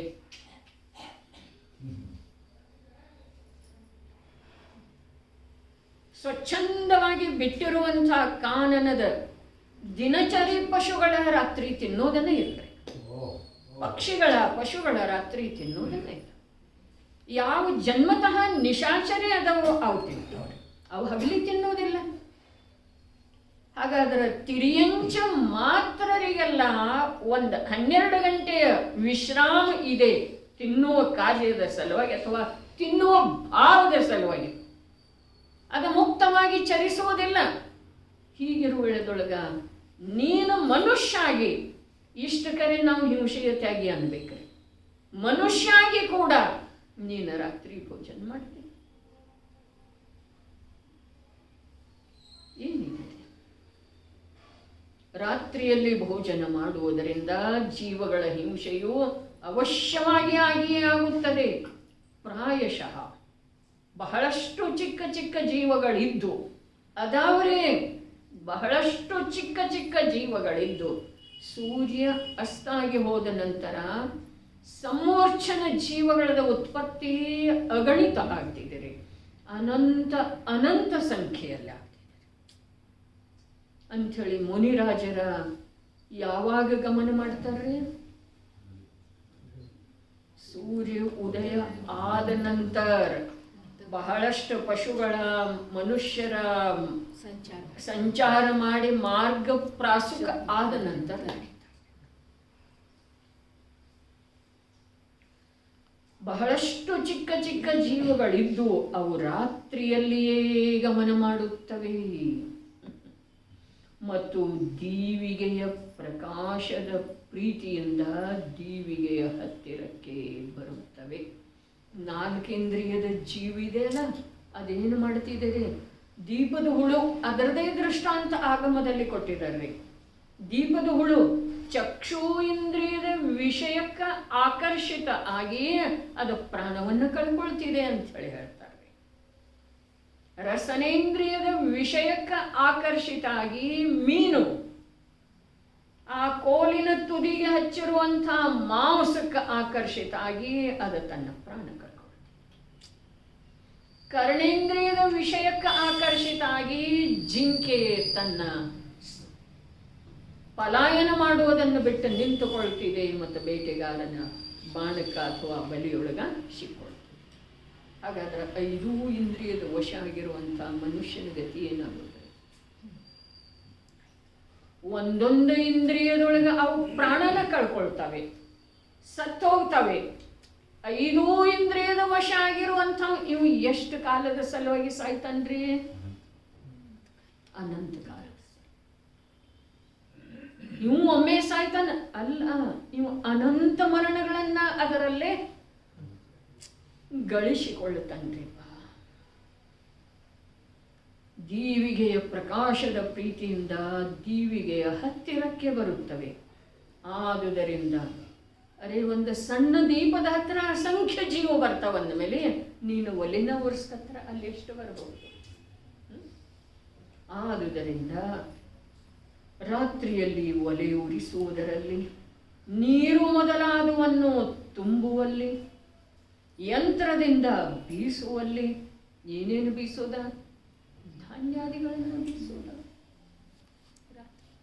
ಯಂತ್ರದಿಂದ ಬೀಸುವಲ್ಲಿ, ಭೋಜನ ಸಿದ್ಧಪಡಿಸುವಲ್ಲಿ, ಇಲ್ಲಿ ಇಷ್ಟೇ ಹೇಳಿದರೆ ಬಹಳ ಪಾತ್ರೆಗಳನ್ನು ಇಡುವ, ತೆಗೆದುಕೊಳ್ಳುವ, ತೊಳೆಯುವ, ನಡೆದಾಡುವ, ಏನೇನದ ರೊಟ್ಟಿ ಚಪಾತಿ ಮಾಡುವ, ಸೌಟಿನಿಂದ ತಿರಿಯುವ, ಒಂದನೇ ಎರಡ್ರಿ ಏನೇನು ಆರಂಭ ಅದಾವ ಅವೆಲ್ಲ ನಿಯಮದಿಂದ ಅಸಂಖ್ಯ ಜೀವಗಳ ಹಿಂಸೆಯಾಗುತ್ತಿರುವುದರಿಂದ ಹಿಂಸೆಯ ತ್ಯಾಗ ಮಾಡುವಂಥ, ಇಲ್ಲಿ ಶಬ್ದ ಬೇರೆ ಬಂತು ನೋಡ್ರಿ, ಹಿಂಸೆಯ ತ್ಯಾಗ ಮಾಡುವಂಥ ಅಂತಂದ್ರೆ ಮಾಡೋರು ಅದಿರಿ ನೀವು. ಹಿಂಸೆಯ ತ್ಯಾಗಿಗಳು ಅಂಥೇಳಿ ಅಲ್ಲಿ ಬಂತಲ್ಲ, ಅದು ನಾವು ಹಿಂಸೆಯ ತ್ಯಾಗ ಮಾಡಿರುವುದರಿಂದ ಇಂಥ ಉತ್ಕೃಷ್ಟ ಜೈನ ಕುಲದೊಳಗೆ ಉತ್ಪನ್ನ ಆದದ್ದು. ಅದು ವ್ಯವಹಾರದಿಂದ. ಏನು ವ್ಯವಹಾರದಿಂದ? ಹಿಂಸೆಯ ತ್ಯಾಗ ವ್ಯವಹಾರದಿಂದ. ಯಾಕೆ ಅಂತಂದ್ರೆ ಅಹಿಂಸಾಮಯವಾದಂಥ ಜೈನ ಕುಲ ರೀ. ಇಲ್ಲಿ ಹುಟ್ಟಬೇಕಾದ್ರೆ ನಾವು ಹಿಂಸೆಯ ತ್ಯಾಗ ಮಾಡಿದ್ದೀವಿ. ಆದ್ರೆ ಈ ಕುಲದ ಯಾವ ಲಾಭ ನಿನಗಾಗಬೇಕಲ್ಲ, ಅದರ ಸಲುವಾಗಿ ನೀನು ನಿಜವಾಗಿ ಹಿಂಸೆಯ ತ್ಯಾಗ ಮಾಡಬೇಕಾಗು. ನಿಜವಾದ ಹಿಂಸೆಯ ತ್ಯಾಗ ಯಾವುದ? ಇಲ್ಲಿ ಜೀವಗಳ ಮೂಲಕ ರಾತ್ರಿ ಭೋಜನದ ಮಾತು ಹೇಳಿದರು. ಆದ್ರೆ ತಾತ್ಪರ್ಯ ಏನಿದೆ ಅಂತಂದ್ರೆ, ನಿಜವಾಗಿನ ನೀನು ಜೈನ ಕುಲೋತ್ಪನ್ನ ಇದ್ದು ಯಾವ ಜೈನ ಕುಲದೊಳಗೆ ಹಿಂಸೆಯ ಪರಿಭಾಷೆ ಇದೆಯೋ, ಅಥವಾ ನಿಜವಾಗಿ ಯಾವುದು ನಿನ್ನ ಹಿಂಸೆ ಯಾವುದರಿಂದ ಆಗ್ತಾ ಇದೆಯೋ ಅದನ್ನು ನೀನು ಆ ಹಿಂಸೆಯ ತ್ಯಾಗ ನೀನು ಮಾಡೋದು ಅತ್ಯವಶ್ಯಕ ಇದೆ. ಯಾವ ಹಿಂಸೆ ಅದು ಯಾವ ಹಿಂಸೆ? ಜ್ಞಾನ ದರ್ಶನ ಸ್ವಭಾವಿಯಾದಂಥ ನಾನು ರಾಗ ದ್ವೇಷ ಮೋಹ ರೂಪದ ಅನುಭವ ಮಾಡುವುದೇನಿದೆ, ಇದು ರಾತ್ರಿ ಭೋಜನದ ಗ್ರಹಣ ಇದೆ, ಸೇವನೆ ಇದೆ. ಜ್ಞಾನ ದರ್ಶನ ಸ್ವಭಾವಿಯಾದಂಥ ನಾನು ಜ್ಞಾನ ದರ್ಶನ ರೂಪದಿಂದ ಪರಿಣಮನ ಮಾಡುವಂಥ ನಾನು ರಾಗ ದ್ವೇಷ ಮೋಹಗಳನ್ನ ಅನುಭವ ಮಾಡುವುದೇನಿದೆ ಇದರ ನಮ್ದು ಅನುಭವ. ಇದನ್ನು ಬಿಟ್ಟು ಬೇರೆ ಯಾವುದೂ ಇರ್ತದೆ. ಹಾಗಾದ್ರೆ ಇದರದ ತ್ಯಾಗ ಮಾಡೋದು ಅರ್ಥಾತ್ ಯಾವ ಪ್ರಕಾರ ರಾತ್ರಿ ಭೋಜನದ ಮೂಲಕ ಏನೇನಾಗ್ತಿದೆ ಅನ್ನೋದು ಹೇಳಿದರೋ ಆ ಪ್ರಕಾರ ಇಲ್ಲಿ ಆತ್ಮಸ್ವರೂಪದ ಜ್ಞಾನ ಇಲ್ಲದೆ ಇರೋದು, ನಾನು ಜ್ಞಾನ ದರ್ಶನ ಸ್ವಭಾವಿ ಅರೂಪಿ ಚೈತನ್ಯ ತತ್ವ ಇದ್ದೇನೆ, ಜ್ಞಾನ ಮಾತ್ರ ವಸ್ತು ಇದ್ದೇನೆ, ಈ ಪ್ರಕಾರದ ಶ್ರದ್ಧೆ ಜ್ಞಾನ ಅನುಭೂತಿ ಇಲ್ಲದೆ ಇರುವ ರೂಪದ ಅಜ್ಞಾನವನ್ನು ಬಿಟ್ಟುಕೊಟ್ಟ ನಾನು ಜ್ಞಾನ ದರ್ಶನ ಸ್ವರೂಪಿ ಜೀವ ತತ್ವ ಇದ್ದೇನೆ, ರಾಗಾದಿಗಳಿಂದ ಶರೀರಾದಿಗಳಿಂದ ಅತ್ಯಂತ ಭಿನ್ನ ತ್ರಿಕಾಲ ತ್ರಿಕಾಲ ತ್ರಿಕಾಲ ಜೀವ ತತ್ವ ಇದ್ದೇನೆ. ನನಗೆ ಸಂವರ ನಿರ್ಜರ ಮೋಕ್ಷಗಳದ್ದು ಕೂಡ ಅಪೇಕ್ಷೆ ಇಲ್ಲದೆ ಇರುವಂಥ ಪರಿಪೂರ್ಣ ತತ್ವ ಇದ್ದೇನೆ. ಈ ಪ್ರಕಾರ ತಿಳಿಯುವಂಥ ಕಾರ್ಯ ನೀನು ಈಗ ನಿಜವಾಗಿ ಮಾಡಬೇಕಾಗಿದೆ. ಇದು ನಿಜವಾದ ಹಿಂಸೆಯ ತ್ಯಾಗ ಇದೆ. ಹಿಂಸೆಯ ತ್ಯಾಗ ಮಾಡುವ ಪರಂಪರೆಯೊಳಗೆ ಜನ್ಮ ತಾಳಿದ ಮಾತ್ರಕ್ಕೆ ನೀನು ಹಿಂಸೆಯ ತ್ಯಾಗಿ ಅಲ್ಲ. ಈಗ ಇದ್ದಿ ಅಂಥೇಳಿ ಹೇಳಿದ್ರು, ಈಗ ಅಲ್ಲ ಅಂಥೇಳಿ ತಿಳ್ಕೊಳ್ಳಿ. ಹಿಂಸೆಯ ತ್ಯಾಗ ಯಾವ ಕುಲ ಪರಂಪರೆಯೊಳಗೆ ವಾಸ್ತವದಲ್ಲಿ ಇದೆಯೋ ಆ ಪರಂಪರೆಯೊಳಗೆ ಹುಟ್ಟಿದ ಮಾತ್ರಕ್ಕ ನೀನು ಹಿಂಸೆಯ ತ್ಯಾಗಿ ಅಲ್ಲ. ಆದರೆ ನೀನು ಹಿಂಸೆಯ ತ್ಯಾಗ ಮಾಡುವಂಥ ವಿದ್ಯೆಪ್ಪ, ಮಾಡುವಂಥ ವಿದ್ಯೆ. ನೋಡ್ರಿ, ಮಾತು ಹೀಗಿದೆ,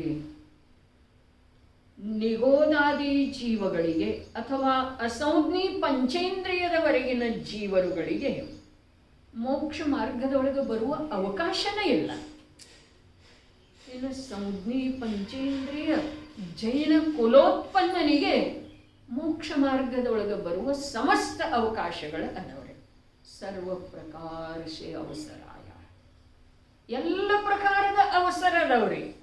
ಆದರೆ ಇವು ಮೋಕ್ಷ ಮಾರ್ಗದೊಳಗೆ ಬರಲಿಲ್ಲ ಅಂತಂದ್ರೆ ಇವನಂಥ ಹಿಂಸಿ ಇನ್ನೊಬ್ಬ ಯಾವೂ ಇಲ್ಲ. ಹಿಂಸಕರೇ, ಇವನಂಥ ಹಿಂಸಕ ಇನ್ನೊಬ್ಬ ಯಾವನೂ ಇಲ್ಲ. ಜನ್ಮತಾನ ಸಮ್ಯಕ್ ದರ್ಶನ ತೊಗೊಂಡ್ಬರ್ತಾನೆ ಇದ್ದಾರೆ, ಅವ್ನು ಸಮ್ಯಕ್ ದರ್ಶನ ಪ್ರಾಪ್ತ ಮಾಡ್ಕೊಳ್ಳೋಣ ಜೈಲಿಂದ ಹೊರಟು. ಸಮ್ಯಕ್ ದರ್ಶನ ಪ್ರಾಪ್ತ ಮಾಡಿಕೊಳ್ಳುವ ಯಾವದನೋ ಅವನೇ ಜೈನ ಕುಲದೊಳಗೆ ಹುಟ್ಟುತ್ತಾನೆ. ಅಂದ್ರೆ ಏನ? ಸಮ್ಯಕ್ ದರ್ಶನ ಪ್ರಾಪ್ತ ಮಾಡಿಕೊಳ್ಳುವ ಎಲ್ಲ ಯೋಗ್ಯತೆ ಅವನ ಉಪಾದಾನದೊಳಗಿದೆ. ಎಲ್ಲ ಯೋಗ್ಯತೆ ಅವನ ಉಪಾದಾನದೊಳಗಿದೆ ಅಂಥೇಳಿದ್ರೆ ಈ ನಿಮಿತ್ತಗಳೆಲ್ಲ ಸಿಕ್ಕಿದವ್ರೆ. ಉಪಾದಾನದೊಳಗೆ ಇದೆ, ಅದರ ಕಾರ್ಯ ಸ್ವಯಂ ಮಾಡಬೇಕಾಗ್ತದೆ. ಅರೆ, ಒಂದು ಸಲ ಹಿಂಸೆಯ ತ್ಯಾಗ ಮಾಡಿಬಿಟ್ರೆ ಈ ಜೀವನದೊಳಗ ಅಹಿಂಸಾಮಯ ಜೈನ ಧರ್ಮವೇ ಯಾವ ಕಾಲಕ್ಕೂ ಉಳಿತಿದೆ. ಜೀವನದೊಳಗ ಅಹಿಂಸಾಮಯ ಜೈನ ಧರ್ಮವೇ ಉಳಿತಿದೆ. ಅರ್ಥಾತ್ ಒಂದು ಸಲ ಜೈನಾದ ಅಂತಂದ್ರ ಪುನಃ ಅಜೈನ ಆಗೋ ಸಾಧ್ಯ ಇಲ್ಲ. ತಿಳಿತೇನೆ? ಆದ ಅಂತಂದ್ರ ಒಂದು ಸಲ ಜೈನಿದ್ದ ಅಜೈನಾದ ಅಂತಂದ್ರ ಅನಂತ ಕಾಲ ಕಳೆದ್ರೂ ಅವನು ಜೈನ ಆಗುವುದರದ ಯಾವ ನಿಯಮಾವಳಿ ಇಲ್ಲ. ಎಷ್ಟು ಉತ್ಕೃಷ್ಟ ಇದೆಯೋ ಅಷ್ಟು ಜವಾಬ್ದಾರಿ ಕೂಡ ಉತ್ಕೃಷ್ಟನೇ ಇದೆ. 10 ಲಕ್ಷದ ಮಾಲೀಕ ಆಗೋದಾ, 10 ಕೋಟಿಯ ಮಾಲೀಕ ಆಗೋದಾ? ಪುಣ್ಯಂತೂ ಇದೆ ರೀ, ಪುಣ್ಯದೊಳಗೆ ತರತಮತೆ ಇದೆ. ಆದರೆ ಯೋಗ್ಯತೆ ಬೇಕೆನ್ಬೇಡ, ಅದನ್ನು ನಿರ್ವಹಿಸೋದು ಬೇಕೆನ್ಬೇಡ. ಸರಿ, ಅದೇ ಪ್ರಕಾರ ಹಿಂಸೆಯ ತ್ಯಾಗ ಮಾಡಿ ನೀ ಜೈನ ಕುಲದೊಳಗೆ ಹುಟ್ಟಿದೆ. ಇನ್ನು ನಿಜವಾಗಿ ನೀನು ಪರಜೀವಗಳ ಹಿಂಸೆಯ ತ್ಯಾಗಂತೂ ಮಾಡಲೇಬೇಕಾದದ್ದು ಆಚರಣೆಯೊಳಗೆ. ಆದ್ರೆ ಅಂತರಂಗದೊಳಗ ನಿನ್ನ ಜ್ಞಾತಾದೃಷ್ಟ ಸ್ವಭಾವದ ಯಾವ ಪರಿಣಮನ ಇದೆಯೋ ಆ ಪರಿಣಮನದೊಳಗ ಜ್ಞಾತಾದೃಷ್ಟ ತ್ರಿಕಾಲಿ ಸ್ವಭಾವವೇ ಉಳಿಬೇಕು, ಬೇರೆ ಯಾವುದೂ ಬರಬಾರ್ದು ಅನ್ನುವ ಒಂದೇ ಒಂದು ಜೀವರುಗಳ ಕುರಿತು ಕರುಣೆಯ ಭಾವ ಈ ಶ್ಲೋಕದಲ್ಲಿ ತುಂಬಿದ್ದೇ ಇದೆ. ರಾತ್ರಿ ಭೋಜನ ಬಿಡಿಸಿ ನಮ್ಮನ್ನೇನಾದರೂ ದುಃಖದೊಳಗೆ ಸಂಕಟದೊಳಗೆ ಇರಿಸ್ತಾರೋ ಹೀಗೆ ಮಾತಾ ಇಲ್ಲ. ಸುಂದರವಾದಂಥ ಸ್ವಾಧೀನವಾದಂಥ ನಿರಾಕುಲ ಶಾಂತಿಯಿಂದ ತುಂಬಿರುವಂಥ ಮಾರ್ಗದ ಕಡೆಗೆ ನಮ್ಮನ್ನು ಕರ್ಕೊಂಡು ಹೊರಟಿದ್ದಾರೆ. ಒಂದು ಸಲ ವಿಶ್ವಾಸಿಟ್ಟು ನಾವು ಅವರ ಜೊತೆಗೆ ಹೋಗುವ ಪ್ರಯತ್ನ